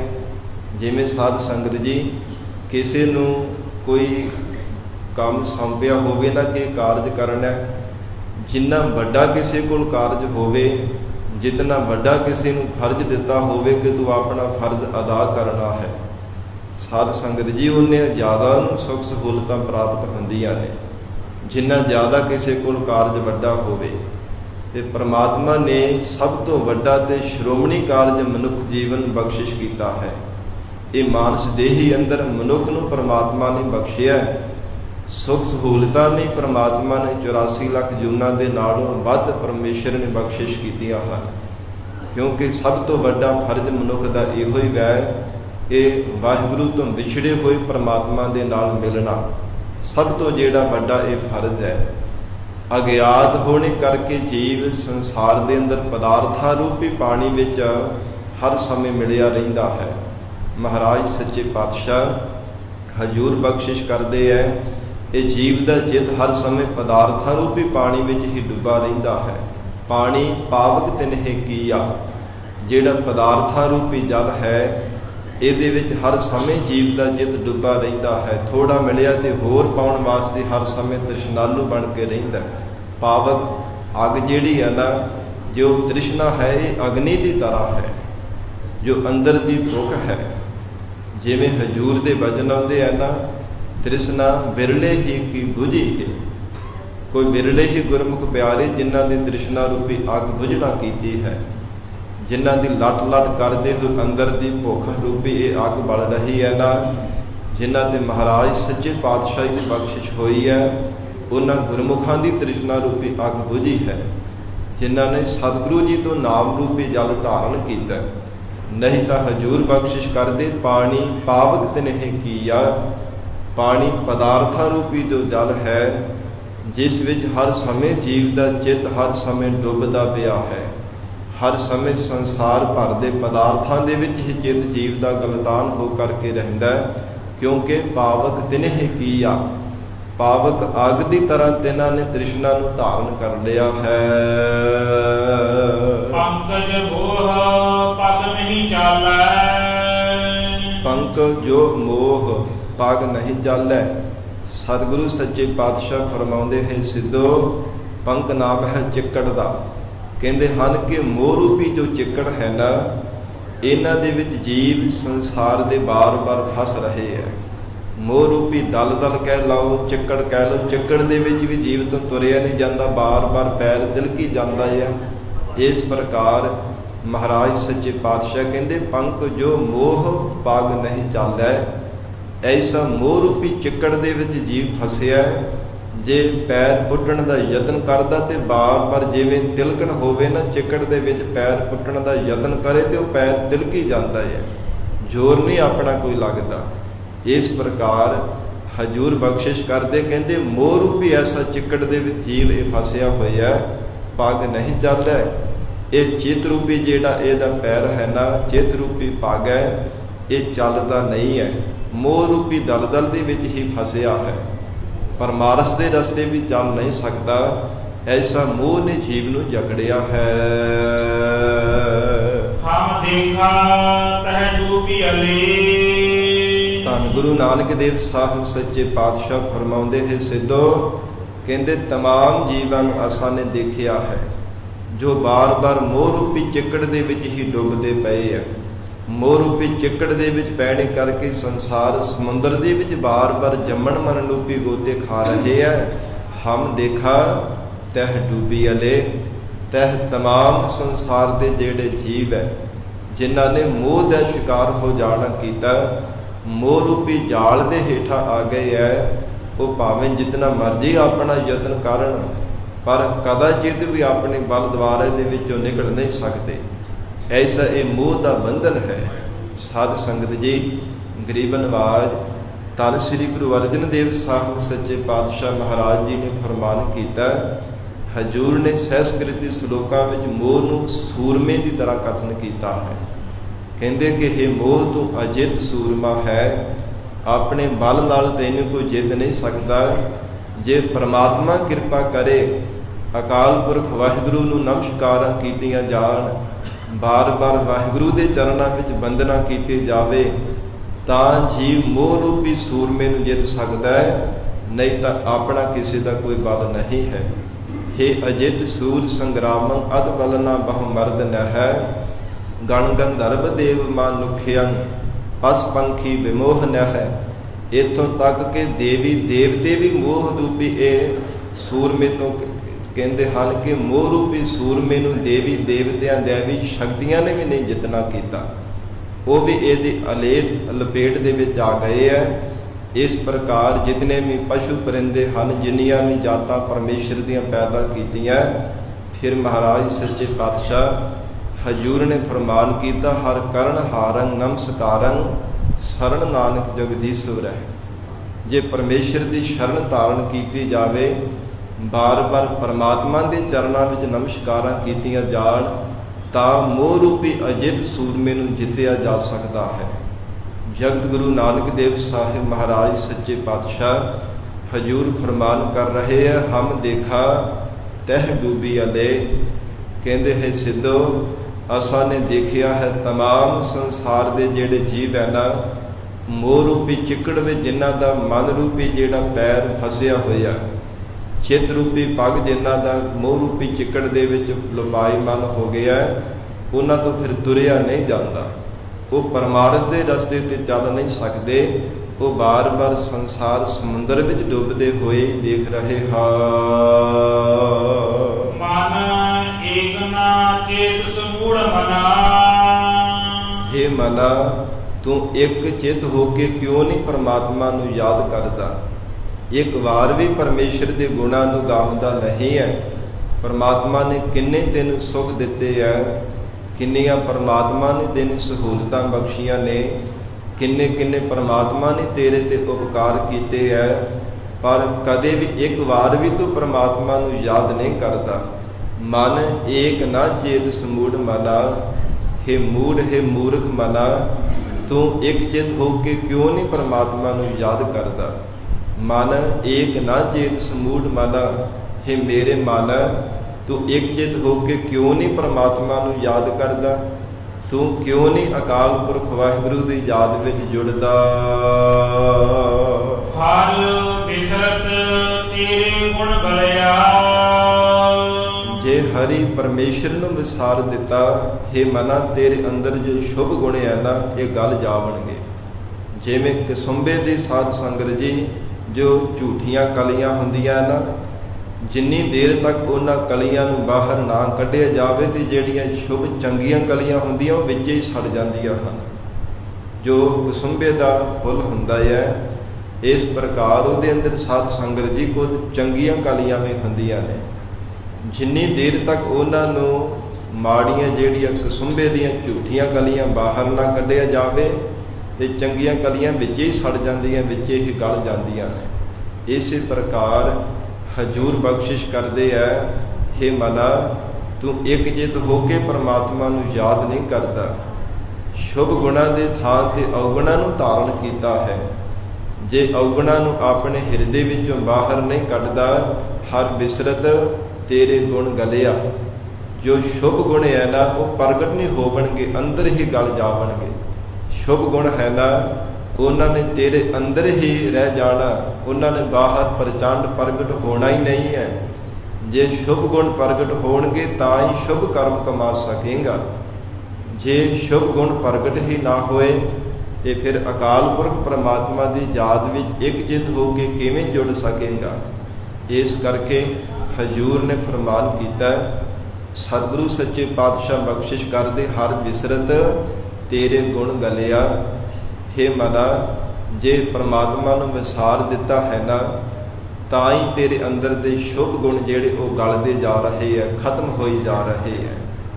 ਕਿਉਂਕਿ ਪਰਮਾਤਮਾ ਦੀ ਯਾਦ ਵਿੱਚ ਜੁੜਨੇ ਕਰਕੇ ਜਿਵੇਂ ਜਿਵੇਂ ਜੀਵ ਪਰਮਾਤਮਾ ਦਾ ਸਿਮਰਨ ਕਰਦਾ ਹੈ, ਤਿਵੇਂ ਤਿਵੇਂ ਜਿਹੜੇ ਔਗਣ ਹਨ, ਭਾਵ ਬੁਰੀਆਂ ਆਦਤਾਂ ਹਨ, ਉਹ ਜੀਵ ਨੂੰ ਵਿਸਰਦੀਆਂ ਜਾਂਦੀਆਂ ਹਨ, ਜੀਵ ਦੀਆਂ ਅਭਾਵ ਹੁੰਦੀਆਂ ਜਾਂਦੀਆਂ ਨੇ, ਜਿਵੇਂ ਜਿਵੇਂ ਪਰਮਾਤਮਾ ਦਾ ਸਿਮਰਨ ਕਰਦਾ ਹੈ। ਇਹ ਪ੍ਰਤੱਖ ਹੈ। ਜਿਨ੍ਹਾਂ ਗੁਰਮੁਖਾਂ ਨੇ ਜੀਵਨ ਦੇ ਵਿੱਚ ਕਮਾਇਆ ਹੈ, ਪ੍ਰੈਕਟੀਕਲ ਕੀਤਾ, ਉਹਨਾਂ ਨੂੰ ਪਤਾ ਹੋਵੇਗਾ ਕਿ ਸਿਮਰਨ ਕਰਨੇ ਤੋਂ ਪਹਿਲਾਂ ਕਿੱਦਾਂ ਦਾ ਉਹਨਾਂ ਦਾ ਸੁਭਾਅ ਸੀਗਾ। ਜਦੋਂ ਪਰਮਾਤਮਾ ਦਾ ਸਿਮਰਨ ਨਹੀਂ ਸਨ ਕਰਦੇ, ਗੁਰਬਾਣੀ ਦਾ ਜਾਪ ਨਹੀਂ ਸਨ ਕਰਦੇ, ਅੰਮ੍ਰਿਤ ਵੇਲੇ ਉੱਠ ਕੇ ਇਸ਼ਨਾਨ ਪਾਨ ਕਰਕੇ ਨਿਤਨੇਮ ਨਹੀਂ ਸਨ ਕਰਦੇ, ਉਹਨਾਂ ਤੋਂ ਇਹ ਸਭ ਕੁਝ ਕਰਨੇ ਤੋਂ ਪਹਿਲਾਂ ਕਿੱਦਾਂ ਦਾ ਉਹਨਾਂ ਦਾ ਜੀਵਨ ਸੀਗਾ, ਪਹਿਲਾਂ ਕਿਹੋ ਜਿਹੀਆਂ ਉਹਨਾਂ ਦੀਆਂ ਆਦਤਾਂ ਸਨ, ਸੁਭਾਅ ਕਿਹੋ ਜਿਹਾ ਸੀਗਾ।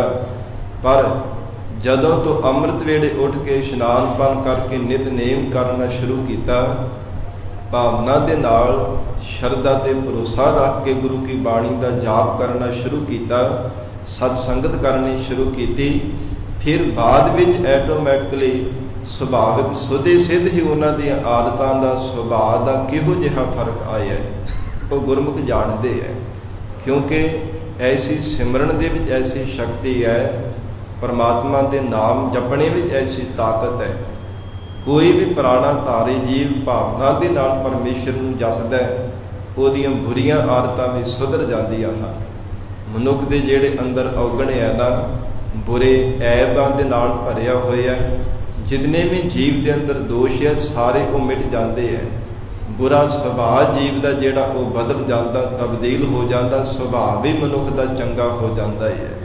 ਫਿਰ ਜਿਹੜੀ ਬੁਰੀ ਬੁੱਧ ਨੂੰ ਕੁਬੁੱਧ ਨੂੰ ਧਾਰਨ ਕੀਤਾ, ਇਹ ਵੀ ਮਿਟ ਕਰਕੇ ਅਭਾਵ ਹੋ ਕੇ ਤੇ ਚੰਗੀ ਆਤਮ ਵਿਸ਼ੈਣੀ ਬੁੱਧ ਜੀਵ ਦੀ ਬਣ ਜਾਂਦੀ, ਜਿਵੇਂ ਜਿਵੇਂ ਪਰਮਾਤਮਾ ਦਾ ਸਿਮਰਨ ਕਰਦਾ ਹੈ। ਐਸੀ ਸਿਮਰਨ ਦੀ ਤਾਕਤ ਹੈ, ਐਸੇ ਵਾਹਿਗੁਰੂ ਦੇ ਨਾਮ ਦੇ ਵਿੱਚ ਸ਼ਕਤੀ ਹੈ। ਜਿਵੇਂ ਜਿਵੇਂ ਸੰਸਾਰ ਦੇ ਅੰਦਰ ਮਾਇਆ ਦੇ ਝੂਠੇ ਵਿਸ਼ਿਆਂ ਦੇ ਝੂਠੇ ਰੰਗਾਂ ਨੂੰ ਛੱਡਦਾ, ਜਿਵੇਂ ਜਿਵੇਂ ਪਰਮਾਤਮਾ ਦੇ ਸਿਮਰਨ ਦੇ ਵਿੱਚ ਚਿੱਤ ਲਗਾਉਂਦਾ, ਮਨ ਜਿਹੜਾ ਝੂਠੇ ਰੰਗਾਂ ਦੀ ਦੁਨੀਆ ਦੇ ਵਿੱਚ ਵਿਸ਼ਿਆਂ ਵਿਕਾਰਾਂ ਵਿੱਚ ਗਲਤਾਨ ਹੋਇਆ, ਇਹ ਸਹਿਜੇ ਸਹਿਜੇ ਉਪਰਾਮ ਹੋ ਜਾਂਦਾ ਹੈ। ਮਨ ਦਾ ਜਿਹੜਾ ਬੁਰਾ ਸੁਭਾਅ ਹੈ ਨਾ, ਹਰ ਸਮੇਂ ਬੁਰਾ ਸੋਚਣਾ, ਬੁਰਾ ਚਿਤਵਣਾ, ਕਿ ਦੂਜਿਆਂ ਦਾ ਪਰਾਇਆਂ ਦਾ ਹਰ ਸਮੇਂ ਬੁਰਾ ਹੀ ਸੋਚਦੇ ਰਹਿਣਾ। ਜਿਵੇਂ ਜਿਵੇਂ ਪਰਮਾਤਮਾ ਦਾ ਸਿਮਰਨ ਕਰਦਾ, ਤਿਵੇਂ ਤਿਵੇਂ ਇਹ ਜਿਹੜਾ ਬੁਰਾ ਸੁਭਾਅ ਹੈ ਜੀਵ ਦਾ ਵੀ ਅਭਾਵ ਹੋਈ ਜਾਂਦਾ ਹੈ, ਤਿਵੇਂ ਤਿਵੇਂ ਸੁਭਾਅ ਵੀ ਚੰਗਾ ਹੋਈ ਜਾਂਦਾ, ਬਦਲੀ ਜਾਂਦਾ ਹੈ। ਐਸੀ ਪਰਮਾਤਮਾ ਦੇ ਨਾਮ ਦੇ ਵਿੱਚ ਸ਼ਕਤੀ ਹੈ। ਗਰੀਬ ਨਵਾਜ ਸਤਿਗੁਰੂ ਨਾਨਕ ਦੇਵ ਸਾਹਿਬ ਮਹਾਰਾਜ ਸੱਚੇ ਪਾਤਸ਼ਾਹ ਹਜੂਰ ਫਰਮਾਨ ਕਰ ਰਹੇ ਹੈ, ਹਰ ਬਿਸਰਤ ਤੇਰੇ ਗੁਣ ਗਲਿਆ।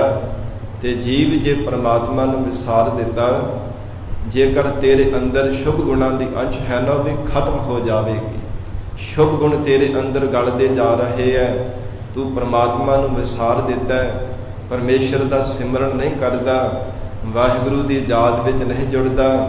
ਇਸ ਕਰਕੇ ਜਿਤਨੇ ਵੀ ਸ਼ੁਭ ਗੁਣ ਹੈ ਨਾ, ਇਹ ਸਾਰੇ ਅਭਾਵ ਹੁੰਦੇ ਜਾ ਰਹੇ ਹੈ, ਉਹ ਪ੍ਰਗਟ ਨਹੀਂ ਹੋਣਗੇ। ਔਰ ਔਗਣ ਜਿਹੜੇ ਪ੍ਰਚੰਡ ਪ੍ਰਗਟ ਹੋ ਗਏ, ਫਿਰ ਔਗਣਾਂ ਦੇ ਨਾਲ ਭਰਿਆ ਹੋਇਆ ਕਿਵੇਂ ਸਤ ਸੰਗਤ ਕਰ ਲਵੇਂਗਾ? ਔਗਣਾਂ ਦੇ ਵਿੱਚ ਵੱਜਾ ਹੋਇਆ ਕਿਵੇਂ ਪਰਮਾਰਥ ਦੇ ਰਸਤੇ ਤੇ ਚੱਲ ਲਵੇਂਗਾ? ਇਹ ਨਾਮੁਮਕਿਨ ਹੈ। ਇਸ ਪ੍ਰਕਾਰ ਮਹਾਰਾਜ ਸੱਚੇ ਪਾਤਸ਼ਾਹ ਕਹਿੰਦੇ, ਵਾਹਿਗੁਰੂ ਨੂੰ ਵਿਸਾਰਣੀ ਕਰਕੇ ਜੀਵ ਔਗਣਾਂ ਦਾ ਧਾਰਨੀ ਬਣ ਜਾਂਦਾ ਹੈ। ਔਰ ਇਸ ਪ੍ਰਕਾਰ ਸ਼ੁਭ ਗੁਣ ਜੀਵ ਦੇ ਗਲ ਜਾਂਦੇ ਹੈ। ਤੇ ਜੇਕਰ ਸ਼ੁਭ ਗੁਣ ਪੱਲੇ ਨਾ ਹੋਣ, ਜੀਵ ਦੇ ਪੱਲੇ ਕੇਵਲ ਸਾਧ ਸੰਗਤ ਜੀ ਖੱਜਲ ਖੁਆਰੀ ਹੀ ਪੈਂਦੀ ਹੈ। ਪ੍ਰਤੱਖ ਵੀ ਜੀਵਨ ਦੇ ਵਿੱਚ ਝਾਤ ਮਾਰ ਕਰਕੇ ਦੇਖ ਲਈਏ, ਆਪਣੀ ਜ਼ਿੰਦਗੀ ਦੇ ਵਿੱਚ ਵਿਚਾਰ ਕੇ ਦੇਖ ਲਈਏ, ਜੇ ਦੁਨਿਆਵੀ ਗੁਣ ਵੀ ਕਿਸੇ ਮਨੁੱਖ ਕੋਲ ਨਾ ਹੋਵੇ, ਉਹਦੇ ਪੱਲੇ ਵੀ ਖੱਜਲ ਖੁਆਰੀ ਭਟਕਣਾ ਹੀ ਪੈਂਦੀ ਹੈ। ਕਿਤੇ ਇੱਕ ਥਾਂ ਤੇ ਟਿਕ ਕੇ ਕੋਈ ਕਮਾਈ ਥੋੜਾ ਕਰ ਸਕਦਾ। ਜਿਸ ਕੋਲ ਕੋਈ ਗੁਣ ਨਹੀਂ ਹੈ, ਕੋਈ ਗੁਣ ਸਿੱਖਿਆ ਹੀ ਨਹੀਂ ਜੀਵਨ ਦੇ ਵਿੱਚ, ਕੇਵਲ ਖਾ ਲਿਆ, ਪਹਿਨ ਲਿਆ, ਸੌਂ ਲਿਆ, ਦੁਨੀਆ ਭਰ ਦੀਆਂ ਗੱਲਾਂ ਕਰ ਲਈਆਂ। ਜੇ ਪ੍ਰਤੱਖ ਵੀ ਜ਼ਿੰਦਗੀ ਵਿੱਚ ਕਿਸੇ ਮਨੁੱਖ ਨੇ ਕੋਈ ਗੁਣ ਨਹੀਂ ਨਾ ਸਿੱਖਿਆ, ਉਹਨੂੰ ਵੀ ਸਾਧ ਸੰਗਤ ਜੀ ਉਹਦੀ ਕੋਈ ਕਦਰ ਨਹੀਂ ਕਰਦਾ, ਕੋਈ ਨਹੀਂ ਜਾਣਦਾ ਉਹਨੂੰ, ਜੇ ਸ਼ੁਭ ਗੁਣ ਕੋਈ ਨਹੀਂ ਸਿੱਖਿਆ ਹੋਇਆ ਤਾਂ। ਔਰ ਇਹ ਜਿਹੜਾ ਪਰਮਾਰਥ ਦੇ ਰਸਤੇ ਤੇ ਚੱਲਣਾ, ਇਹ ਤਾਂ ਕਲਾ ਹੀ ਬੜੀ ਸੂਖਮ ਹੈ। ਮਹਾਰਾਜ ਸੱਚੇ ਪਾਤਸ਼ਾਹ ਹਜੂਰ ਬਖਸ਼ਿਸ਼ ਕਰਦੇ ਹੈ, ਜਿਸ ਜੀਵ ਨੇ ਸ਼ੁਭ ਗੁਣਾਂ ਦੇ ਧਾਰਨੀ ਨਹੀਂ ਬਣਨਾ ਕੀਤਾ, ਇਉਂ ਕਹਿ ਲਈਏ ਪਰਮਾਤਮਾ ਨੂੰ ਜਿਸ ਨੇ ਵਿਸਾਰ ਦਿੱਤਾ, ਅਕਾਲ ਪੁਰਖ ਵਾਹਿਗੁਰੂ ਦਾ ਸਿਮਰਨ ਕਰਨਾ ਜਿਸ ਨੇ ਤਿਆਗ ਦਿੱਤਾ, ਹਜੂਰ ਬਖਸ਼ਿਸ਼ ਕਰਦੇ ਗੁਣ ਗਲਿਆ, ਉਹਦੇ ਅੰਦਰ ਦੇ ਸ਼ੁਭ ਗੁਣ ਗਲ ਜਾਣਾ ਕੀਤੇ ਹੈ। ਜੇ ਪ੍ਰਤੱਖ ਕਿਸੇ ਮਨੁੱਖ ਨੂੰ ਇੱਕ ਥਾਂ ਢੋਈ ਨਹੀਂ ਮਿਲਦੀ, ਇੱਕ ਥਾਂ ਤੇ ਟਿਕਾਉ ਨਹੀਂ ਮਿਲਦਾ, ਇੱਕ ਥਾਂ ਤੇ ਟਿਕ ਕੇ ਉਹ ਕਮਾਈ ਨਹੀਂ ਕਰ ਸਕਦਾ, ਤੇ ਪਰਮੇਸ਼ਰ ਦੀ ਯਾਦ ਤੋਂ ਬਿਨਾਂ ਵੀ ਕਦੇ ਜੀਵ ਨੂੰ ਟਿਕਾਉ ਨਹੀਂ ਪ੍ਰਾਪਤ ਹੋ ਸਕਦਾ। ਹਜੂਰ ਦਾ ਟੋਡੀ ਰਾਗ ਵਿੱਚ ਅਸੀਂ ਬਚਨ ਪੜ੍ਹਦੇ ਹਾਂ, ਹਰ ਬਿਸਰਤ ਸਦਾ ਖੁਵਾਰੀ।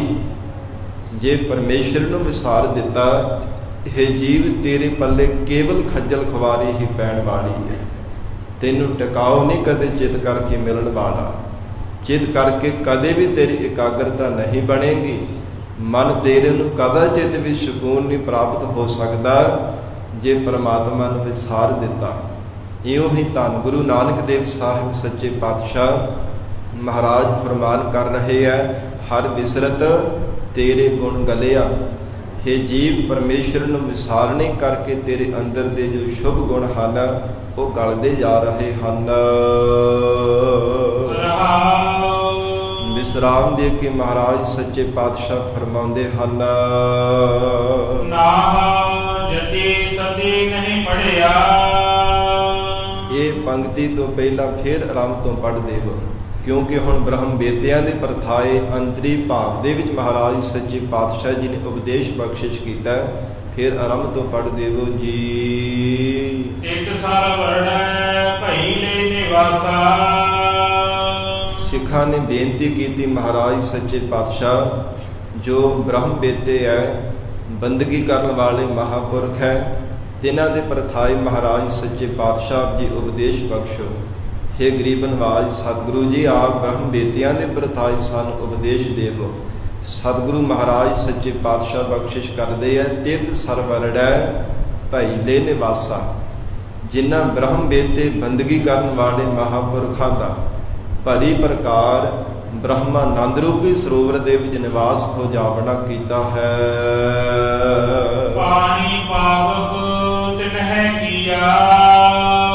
ਉਹਨਾਂ ਗੁਰਮੁਖਾਂ ਦੀ ਅਜਿਹੀ ਅਵਸਥਾ ਹੈ, ਉਹਨਾਂ ਬ੍ਰਹਮ ਬੇਤੇ ਬੰਦਗੀ ਕਰਨ ਵਾਲੇ ਮਹਾਂਪੁਰਖਾਂ ਦਾ ਅਜਿਹਾ ਜੀਵਨ ਹੈ। ਉਹਨਾਂ ਨੇ ਆਪਣੇ ਮਨ ਨੂੰ ਪਾਣੀ ਦੀ ਤਰ੍ਹਾਂ ਸ਼ਾਂਤ ਕਰ ਲੈਣਾ ਕੀਤਾ ਹੈ। ਪਾਣੀ ਦੀ ਤਰ੍ਹਾਂ ਉਹਨਾਂ ਨੇ ਆਪਣੇ ਹਿਰਦੇ ਨੂੰ ਸ਼ੁੱਧ ਕਰ ਲੈਣਾ ਕੀਤਾ ਹੈ। ਜਿਵੇਂ ਪਾਣੀ ਦਾ ਸੁਭਾਅ ਹੈ, ਦੂਜਿਆਂ ਦੀ ਮਲੀਨਤਾਈ ਨੂੰ ਦੂਰ ਕਰ ਦਿੰਦਾ ਹੈ, ਤਿਵੇਂ ਉਹਨਾਂ ਬ੍ਰਹਮ ਬੇਤਿਆਂ ਦਾ ਸੁਭਾਅ ਹੈ। ਆਪਣਾ ਉਹਨਾਂ ਨੇ ਮਨ ਉਜਲ ਕੀਤਾ ਹੈ, ਪਰਮੇਸ਼ਰ ਦੀ ਯਾਦ ਵਿੱਚ ਜੁੜ ਕਰਕੇ, ਬ੍ਰਹਮਾਨੰਦ ਰੂਪੀ ਸਰੋਵਰ ਦੇ ਵਿੱਚ ਨਿਵਾਸ ਕਰਕੇ, ਔਰ ਉਹਨਾਂ ਦੀ ਜੋ ਸੰਗਤ ਕਰਦੇ ਆ ਨਾ, ਉਹਨਾਂ ਦਾ ਹਿਰਦਾ ਵੀ ਉਹ ਨਾਮ ਜਪਾ ਕਰਕੇ ਸ਼ੁੱਧ ਕਰ ਦਿੰਦੇ ਹੈ। ਉਹਨਾਂ ਦਾ ਹਿਰਦਾ ਵੀ ਕਹਿੰਦੇ ਕਿ ਜੋ ਭਟਕਦਾ ਹੋਇਆ ਉਹ ਟਿਕ ਜਾਂਦਾ, ਸ਼ਾਂਤ ਹੋ ਜਾਂਦਾ, ਜਲ ਦੀ ਤਰ੍ਹਾਂ ਉਹ ਸ਼ੀਤਲ ਹੋ ਜਾਂਦਾ ਹੈ। ਪਾਣੀ ਪਾਵਕ ਤਿਨਹਿ ਕੀਆ। ਤਿਨਾਂ ਬ੍ਰਹਮ ਬੇਤਿਆਂ ਨੇ ਪਾਣੀ ਦੀ ਤਰ੍ਹਾਂ ਆਪਣੇ ਮਨ ਨੂੰ ਉਜਲ ਔਰ ਸ਼ਾਂਤ ਕਰ ਲਿਆ ਹੈ, ਔਰ ਅੱਗ ਦੀ ਤਰ੍ਹਾਂ ਆਪਣੇ ਹਿਰਦੇ ਨੂੰ ਤਿਨਾਂ ਨੇ ਪ੍ਰਕਾਸ਼ਮਾਨ, ਜਿਵੇਂ ਅਕਾਲ ਪੁਰਖ ਵਾਹਿਗੁਰੂ ਜੀ ਦਾ ਸਰੂਪ ਪ੍ਰਕਾਸ਼ ਹੈ, ਤਿਵੇਂ ਹਿਰਦੇ ਦੇ ਅੰਦਰ ਉਹਨਾਂ ਨੇ ਪ੍ਰਕਾਸ਼, ਗਿਆਨ ਦਾ ਪ੍ਰਕਾਸ਼ ਕਰ ਲੈਣਾ ਕੀਤਾ ਹੈ। ਇਸੇ ਪ੍ਰਕਾਰ ਪਾਣੀ ਪਾਵਕ ਤਿਨਹਿ ਕੀਆ। ਪਾਵਕ ਅੱਗ ਦੀ ਤਰ੍ਹਾਂ ਉਹਨਾਂ ਦਾ ਹਿਰਦਾ ਪ੍ਰਚੰਡ ਹੋ ਜਾਵਣਾ ਕੀਤਾ ਹੈ। ਕੇਵਲ ਇੱਕ ਪਰਮਾਤਮਾ ਪ੍ਰਕਾਸ਼ ਸਰੂਪ ਵਾਹਿਗੁਰੂ ਦੇ ਸਰੂਪ ਨੂੰ ਹੀ ਦੇਖਦੇ ਹੈ। ਹੋਰ ਸੰਸਾਰ ਦੇ ਅੰਦਰ ਕੋਈ ਜਾਤੀ ਪਾਤੀ ਕਿਸੇ ਪ੍ਰਕਾਰ ਦਾ ਮਤ ਭੇਦ ਨਹੀਂ ਕਰਦੇ। ਐਸਾ ਬ੍ਰਹਮ ਬੇਤੇ ਬੰਦਗੀ ਕਰਨ ਵਾਲਿਆਂ ਨੇ ਆਪਣੇ ਹਿਰਦੇ ਨੂੰ ਬਣਾ ਲਿਆ ਹੈ। ਪੰਕ ਜੋ ਮੋਹ ਪਦ ਨਹੀਂ ਚਾਲੈ। ਪੰਕ ਨਾਮ ਹੈ ਸ੍ਰੇਸ਼ਟ ਦਾ। ਸਭ ਤੋਂ ਸ੍ਰੇਸ਼ਟ ਸਰੂਪ ਕਿਹੜਾ ਹੈ? ਪਰਮਾਤਮਾ ਦਾ। ਉਸ ਪਰਮੇਸ਼ਰ ਦੇ ਅੰਦਰ ਅਕਾਲ ਪੁਰਖ ਵਾਹਿਗੁਰੂ ਦੇ ਪਿਆਰਿਆਂ ਦਾ ਜਿਹੜਾ ਚਿੱਤ ਹੈ ਨਾ, ਉਹ ਲੁਭਾਇਮਾਨ ਹੋ ਜਾਵਣਾ ਕੀਤਾ ਹੈ। ਸ੍ਰੇਸ਼ਟ ਅਕਾਲ ਪੁਰਖ ਪਰਮਾਤਮਾ ਦੇ ਚਰਨਾਂ ਦੇ ਵਿੱਚ ਗੁਰਮੁਖਾਂ ਦਾ ਚਿੱਤ ਜੁੜ ਜਾਣਾ ਕੀਤਾ। ਮੋਹ ਦਾ ਇੱਥੇ ਅਰਥ ਪਿਆਰ ਪ੍ਰੀਤ ਕਰਨਾ। ਪੰਕ ਜੋ ਮੋਹ ਪਗ ਨਹੀਂ ਚਾਲੈ। ਕਹਿੰਦੇ ਫਿਰ ਉਹਨਾਂ ਦਾ ਜਿਹੜਾ ਮਨ ਰੂਪੀ ਪਗ ਇਹ ਪੈਰ ਹੈ ਨਾ, ਫਿਰ ਸੰਸਾਰ ਦੇ ਵਿਸ਼ਿਆਂ ਵਿੱਚ, ਸੰਸਾਰ ਦੇ ਸੁੱਖਾਂ ਦੇ ਵੱਲ ਨਹੀਂ ਚਲਾਈਮਾਨ ਹੁੰਦਾ। ਪੰਕ ਜੋ ਮੋਹ ਪਗ ਨਹੀਂ ਚਾਲੈ, ਫਿਰ ਬਾਰ-ਬਾਰ ਉਹਨਾਂ ਨੂੰ ਸੰਸਾਰ ਦੇ ਅੰਦਰ ਭਟਕਣਾ ਨਹੀਂ ਪੈਂਦਾ। ਜੋ ਬ੍ਰਹਮ ਬੇਤੇ ਪੰਕ ਸ੍ਰੇਸ਼ਟ ਪਰਮਾਤਮਾ ਦੇ ਸਰੂਪ ਦੇ ਵਿੱਚ ਆਪਣਾ ਚਿੱਤ ਲਾ ਲੈਂਦੇ ਹਨ। ਹਮ ਦੇਖਾ ਤਹਿ ਡੂਬਿਆਲੇ।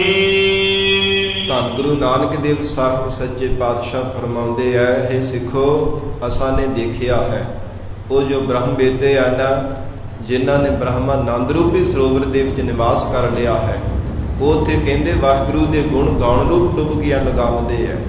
ਪਰਮੇਸ਼ਰ ਦੇ ਗੁਣ ਉਚਾਰਨ ਕਰਨ ਰੂਪ ਵੀ ਆਨੰਦ ਰੂਪ ਡੁੱਬਕੀਆਂ ਲਾਉਂਦੇ ਹੈ। ਹਮ ਦੇਖਾ ਤਹਿ ਡੂਬਿਆਲੇ। ਕਹਿੰਦੇ ਅਸਾਂ ਨੇ ਦੇਖਿਆ, ਇਹ ਨਿਸ਼ਚੈ ਕਰਕੇ ਜਾਣੋ, ਤਿਨਾਂ ਦੀ ਹੰਗਤਾ ਮਮਤਾ ਉਹ ਡੂਬਿਆਲੇ ਡੁੱਬ ਗਈ ਹੈ। ਜਿਨ੍ਹਾਂ ਬ੍ਰਹਮ ਬੇਤਿਆਂ ਨੇ ਬ੍ਰਹਮਾਨੰਦ ਰੂਪ ਸਰੋਵਰ ਦੇ ਵਿੱਚ ਨਿਵਾਸ ਕਰ ਲਿਆ, ਉਹਨਾਂ ਦੀ ਹੰਗਤਾ ਮਮਤਾ ਵਿਸ਼ੇ ਸੁਖ ਸੰਸਾਰ ਭਰ ਦੇ ਵਿਕਾਰ ਜਿਤਨੇ ਵੀ ਔਗਣ ਹੈ ਸਭ ਡੁੱਬ ਗਏ ਹੈ। ਜੋ ਸੰਸਾਰ ਦੇ ਜੀਵਨ ਬਾਰ-ਬਾਰ ਸੰਸਾਰ ਸਮੁੰਦਰ ਵਿੱਚ ਡੁੱਬਦੇ ਹੈ, ਬ੍ਰਹਮ ਬੇਤਿਆਂ ਨੇ ਅਕਾਲ ਪੁਰਖ ਵਾਹਿਗੁਰੂ ਤੋਂ ਐਸਾ ਬਲ ਪ੍ਰਾਪਤ ਕੀਤਾ, ਜਿਤਨੇ ਵੀ ਉਹਨਾਂ ਦੇ ਅੰਦਰ ਐਬ ਸਨ, ਔਗਣ ਵਿਕਾਰ ਸਨ, ਸਭ ਨੂੰ ਉਹਨਾਂ ਨੇ ਡੋਬ ਦਿੱਤਾ ਹੈ। ਆਪ ਬ੍ਰਹਮਾਨੰਦ ਰੂਪ ਸਰੋਵਰ ਦੇ ਵਿੱਚ ਨਿਵਾਸ ਕਰਕੇ ਵਾਹਿਗੁਰੂ ਦੇ ਗੁਣ ਗਾਉਂਦੇ ਹੋਏ ਸਦਾ ਹੀ ਆਨੰਦ ਮਾਣਦੇ ਹਨ। ਮਨ ਏਕ ਨਾ ਚੇਤ ਸਮੂੜ ਮਨਾ। ਨਾਂ ਦਾ ਆਖਰੀ ਅਰਥ ਹੈ ਸਾਧ ਸੰਗਤ ਜੀ, ਮਨੁੱਖ। ਮਹਾਰਾਜ ਸੱਚੇ ਪਾਤਸ਼ਾਹ ਹਜੂਰ ਬਖਸ਼ਿਸ਼ ਕਰਦੇ ਹੈ, ਮਨ ਏਕ ਨਾ ਚੇਤ ਸਮੂੜ ਮਨਾ। ਮੂੜ ਹੈ ਸੁੰਦਰ ਮਨਾ। ਅਕਾਲ ਪੁਰਖ ਵਾਹਿਗੁਰੂ ਪਰਮੇਸ਼ਰ ਜੋ ਸਰਬੱਗ ਜੀਵਾਂ ਦੇ ਅੰਦਰ ਪਰਮਾਤਮਾ ਜੋਤ ਰੂਪ ਹੋ ਕਰਕੇ ਵਰਤ ਰਿਹਾ ਹੈ, ਇਹ ਬ੍ਰਹਮ ਬੇਦੇ ਹਰ ਸਮੇਂ ਆਪਣੇ ਮਨ ਨੂੰ ਤਾੜ ਕਰਕੇ ਰੱਖਦੇ ਆ, ਹਰ ਸਮੇਂ ਇੱਕ ਚਿੱਤ ਹੋ ਕੇ ਪਰਮਾਤਮਾ ਦਾ ਹੀ ਸਿਮਰਨ ਕਰਦੇ ਹਨ। ਹਰ ਬਿਸਰਤ ਤੇਰੇ ਗੁਣ ਗਲਿਆ। ਬੇਨਾਮ ਹੈ ਵਿਸ਼ੇਸ਼ ਦਾ, ਵਿਸ਼ੇਸ਼ ਕਰਕੇ ਤਿੰਨਾਂ ਗੁਰਮੁਖਾਂ ਦੇ ਰਤ ਜੋ ਪ੍ਰੀਤ ਹੈ ਨਾ, ਉਹ ਪਰਮਾਤਮਾ ਦੇ ਚਰਨਾਂ ਵਿੱਚ ਲੱਗੀ ਹੈ। ਬ੍ਰਹਮ ਬੇਦਿਆਂ ਦੀ ਮਹਾਰਾਜ ਸੱਚੇ ਪਾਤਸ਼ਾਹ ਕਹਿੰਦੇ ਹਰੀ ਜੋ ਵਿਸ਼ੇਸ਼ ਕਰਕੇ ਪਰਮਾਤਮਾ ਵਿੱਚ ਜਿਨ੍ਹਾਂ ਬ੍ਰਹਮ ਬੇਦਿਆਂ ਦੀ ਪ੍ਰੀਤ ਲੱਗੀ ਹੈ ਨਾ, ਗੁਣ ਗਲਿਆ। ਜਿਹੜੇ ਵਿਸ਼ੇ ਹੈ ਨਾ, ਵਿਸ਼ਿਆਂ ਰੂਪੀ ਗੁਣ ਹੈ, ਸ਼ਬਦ ਸਪਰਸ਼ ਰੂਪ ਰਸ ਗੰਧ, ਉਹਨਾਂ ਬ੍ਰਹਮ ਬੇਦਿਆਂ ਦੇ ਗਲ ਗਏ ਹੈ।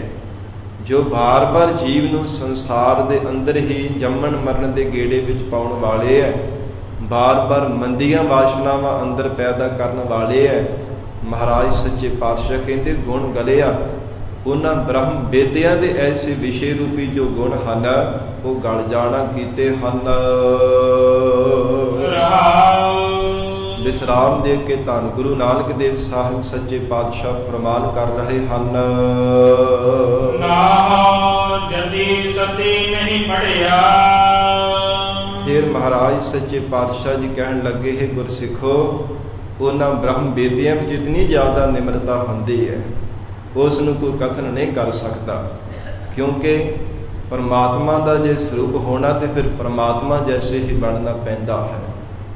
ਭਗਤ ਕਬੀਰ ਸਾਹਿਬ ਜੀ ਨੂੰ ਕਿਸੇ ਪ੍ਰੇਮੀ ਨੇ ਕਿਹਾ ਸੀ ਨਾ ਕਿ ਪਰਮੇਸ਼ਰ ਦੇ ਜਨ, ਵਾਹਿਗੁਰੂ ਦੇ ਜੋ ਸੇਵਕ ਹੈ ਉਹ ਕਿਹੋ ਜਿਹੇ ਹੁੰਦੇ ਹੈ। ਪਹਿਲਾਂ ਕਹਿੰਦੇ ਆ ਜੀ ਰੋੜੇ ਵਰਗੇ ਹੁੰਦੇ, ਜਿਵੇਂ ਰੋੜਾ ਧਰਤੀ ਤੇ ਪਿਆ ਹੁੰਦਾ, ਕੋਈ ਵੀ ਠੁੱਡ ਮਾਰ ਦਿੰਦਾ, ਇੱਧਰ ਉੱਧਰ ਸੁੱਟ ਦਿੰਦਾ, ਪਰ ਕਹਿੰਦੇ ਨੇ ਰੋੜਾ ਵੀ ਦੁਖਦਾਇਕ ਹੁੰਦਾ ਹੈ। ਰੋੜੇ ਵਰਗਾ ਨਹੀਂ ਪਰਮੇਸ਼ਰ ਦਾ ਜਨ ਹੁੰਦਾ। ਫਿਰ ਅਗਨੀ ਵਰਗਾ, ਫਿਰ ਪਾਣੀ ਵਰਗਾ, ਧੂੜੀ ਵਰਗਾ ਵੀ ਕਥਨ ਕੀਤਾ ਨਹੀਂ। ਧੂੜੀ ਵੀ ਜਿਹੜੀ ਉਹ ਖੇ ਵੀ ਉੱਡ ਕੇ ਜੀਵਾਂ ਨੂੰ ਤੰਗ ਕਰਦੀ ਹੈ। ਪਾਣੀ ਜਿਹੜਾ ਹੈ ਕਹਿੰਦੇ ਹਨ ਕਿ ਪਾਣੀ ਵੀ ਕਦੇ ਸੀਰਾ ਤੇ ਕਦੇ ਤਾਤਾ, ਕਦੇ ਠੰਡਾ ਤੇ ਕਦੇ ਤੱਤਾ ਹੋ ਜਾਂਦਾ ਹੈ। ਹਰੀ ਦਾ ਜੋ ਜਨ ਹੈ ਨਾ, ਪਰਮੇਸ਼ਰ ਦਾ ਜਨ, ਵਾਹਿਗੁਰੂ ਦਾ ਦਾਸ ਹੈ, ਉਹ ਪਰਮਾਤਮਾ ਜੈਸਾ ਹੀ ਹੁੰਦਾ ਹੈ।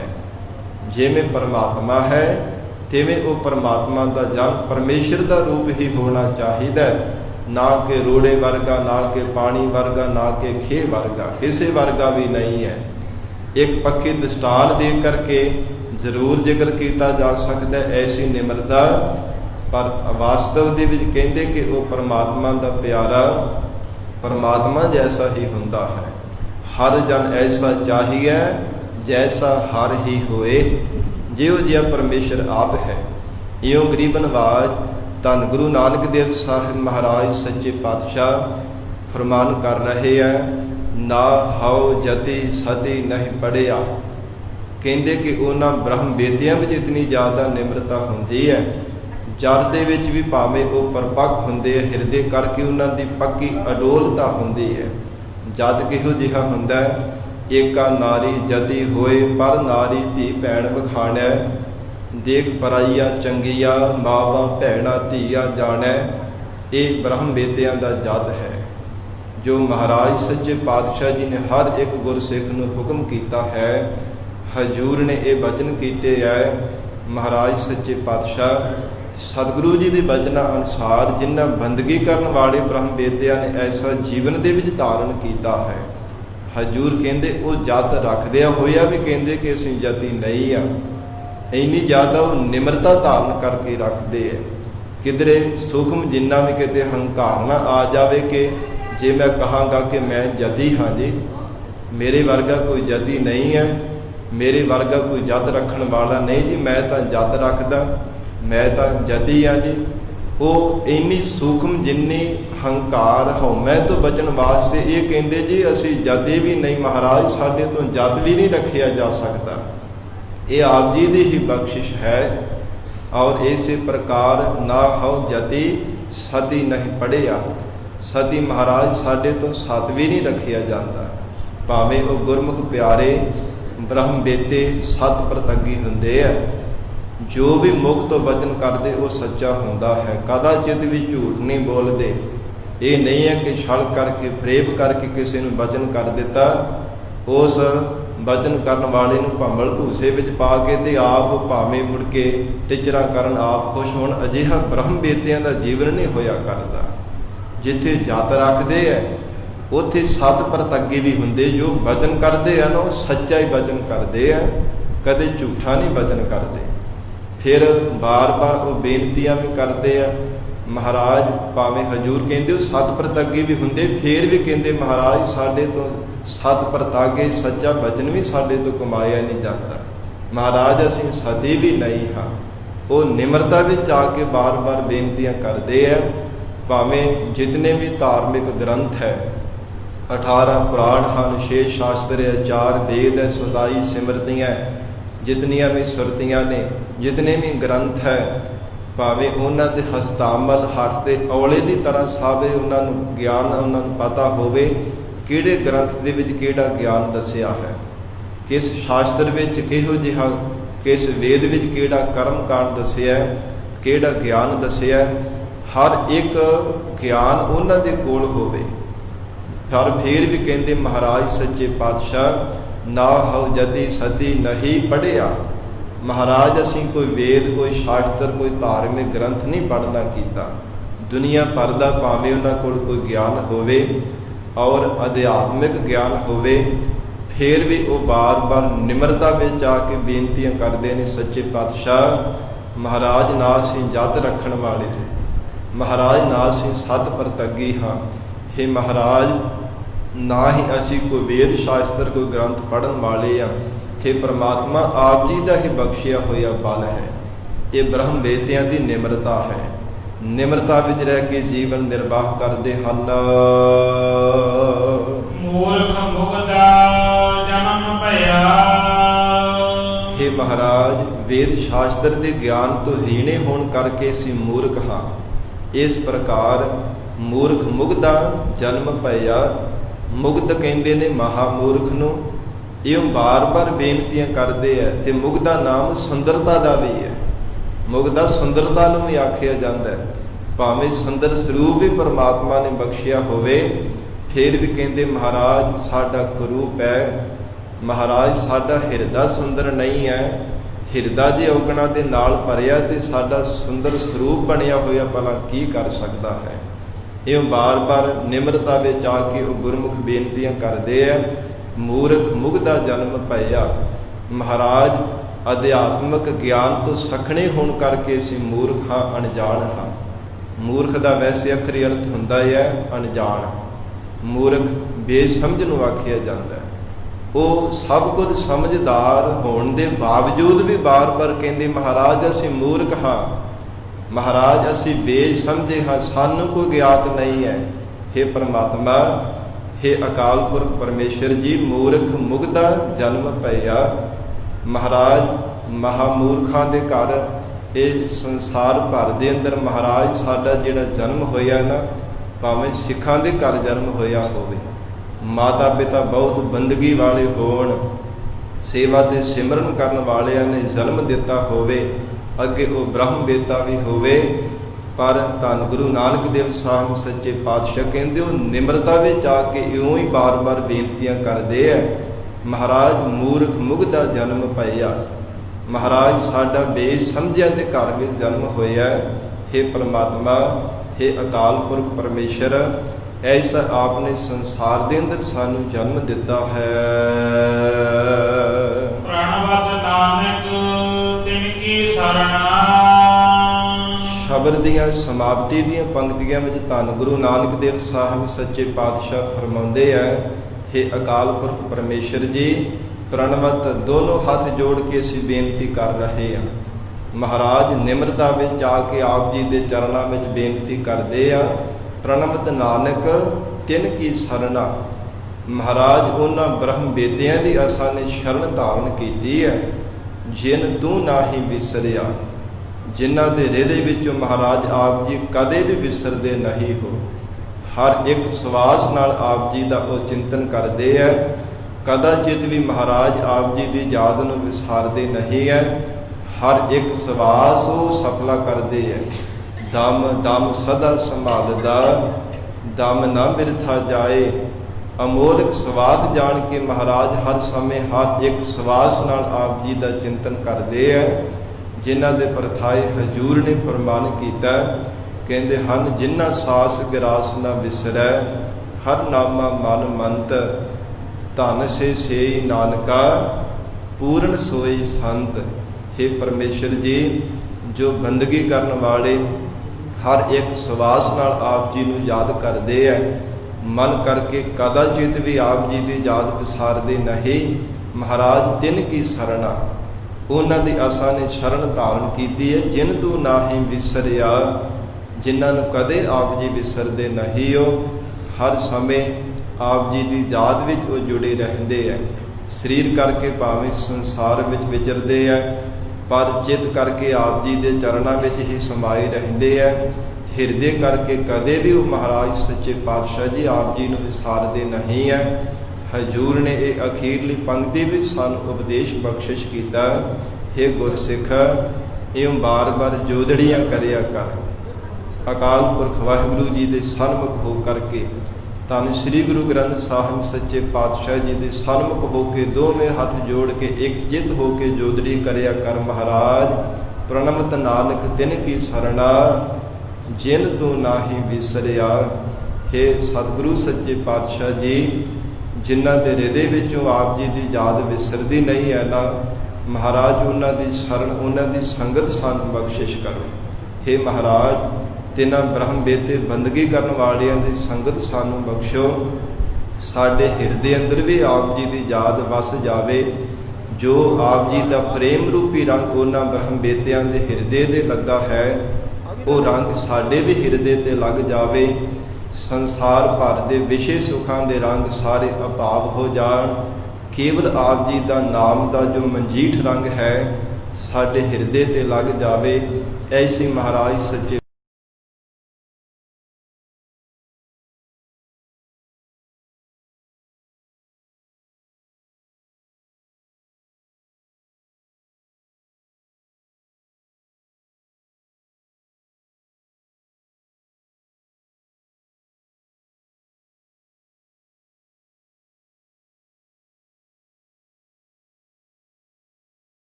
ਪੰਜਾਂ ਪਿਆਰਿਆਂ ਤੋਂ ਖੰਡੇ ਬਾਟੇ ਦਾ ਅੰਮ੍ਰਿਤ ਛਕੋ।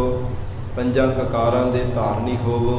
ਨਿਤਨੇਮ ਦੇ ਰਹਿਤ ਮਰਜ਼ਾਦਾ ਦੇ ਪਰਪੱਕਤਾ ਹੋ ਕਰਕੇ ਜੀਵਨ ਨੂੰ ਸਫਲਾ ਬਣਾਵੋ ਜੀ। ਪਤਿਤ ਪੁਣੇ ਦਾ ਨਸ਼ਿਆਂ ਦਾ ਤਿਆਗ ਕਰਕੇ ਗੁਰੂ ਵਾਲੇ ਬਣ ਕੇ ਸ਼ਬਦ ਗੁਰੂ ਧੰਨ ਸ੍ਰੀ ਗੁਰੂ ਗ੍ਰੰਥ ਸਾਹਿਬ ਸੱਚੇ ਪਾਤਸ਼ਾਹ ਜੀ ਦੇ ਲੜ ਲੱਗ ਕੇ ਲੋਕ ਪਰਲੋਕ ਸਵਾਰਨਾ ਕਰੋ। ਮਹਾਰਾਜ ਸੱਚੇ ਪਾਤਸ਼ਾਹ ਦੇ ਬਚਨੇ ਹੈ, ਇਹ ਲੋਕ ਸੁਖੀਏ ਪਰਲੋਕ ਸੁਹੇਲੇ, ਨਾਨਕ ਹਰ ਪ੍ਰਭ ਆਪੇ ਮੇਲੇ। ਗਰੀਬ ਨਵਾਜ ਸਤਿਗੁਰੂ ਜੀ ਦੀਆਂ ਖੁਸ਼ੀਆਂ ਪ੍ਰਾਪਤ ਕਰੋ ਜੀ। ਦੇਹੋ ਸੱਜਣ ਅਸੀਸੜੀਆ, ਜਿਉ ਹੋਵੈ ਸਾਹਿਬ ਸਿਓ ਮੇਲ। ਨਾਮ ਜਤੀ ਸਤੀ ਨਹੀਂ ਪੜਿਆ, ਮੂਰਖ ਮੁਗਦਾ ਜਨਮ ਭਇਆ। ਪ੍ਰਾਣਵਤ ਨਾਨਕ ਤਿਨ ਕੀ ਸਰਣਾ, ਜਿਨ ਤੂੰ ਨਾਹੀਂ ਵਿਸਰਿਆ। ਵਾਹਿਗੁਰੂ ਜੀ ਕਾ ਖਾਲਸਾ, ਵਾਹਿਗੁਰੂ ਜੀ ਕੀ ਫਤਿਹ।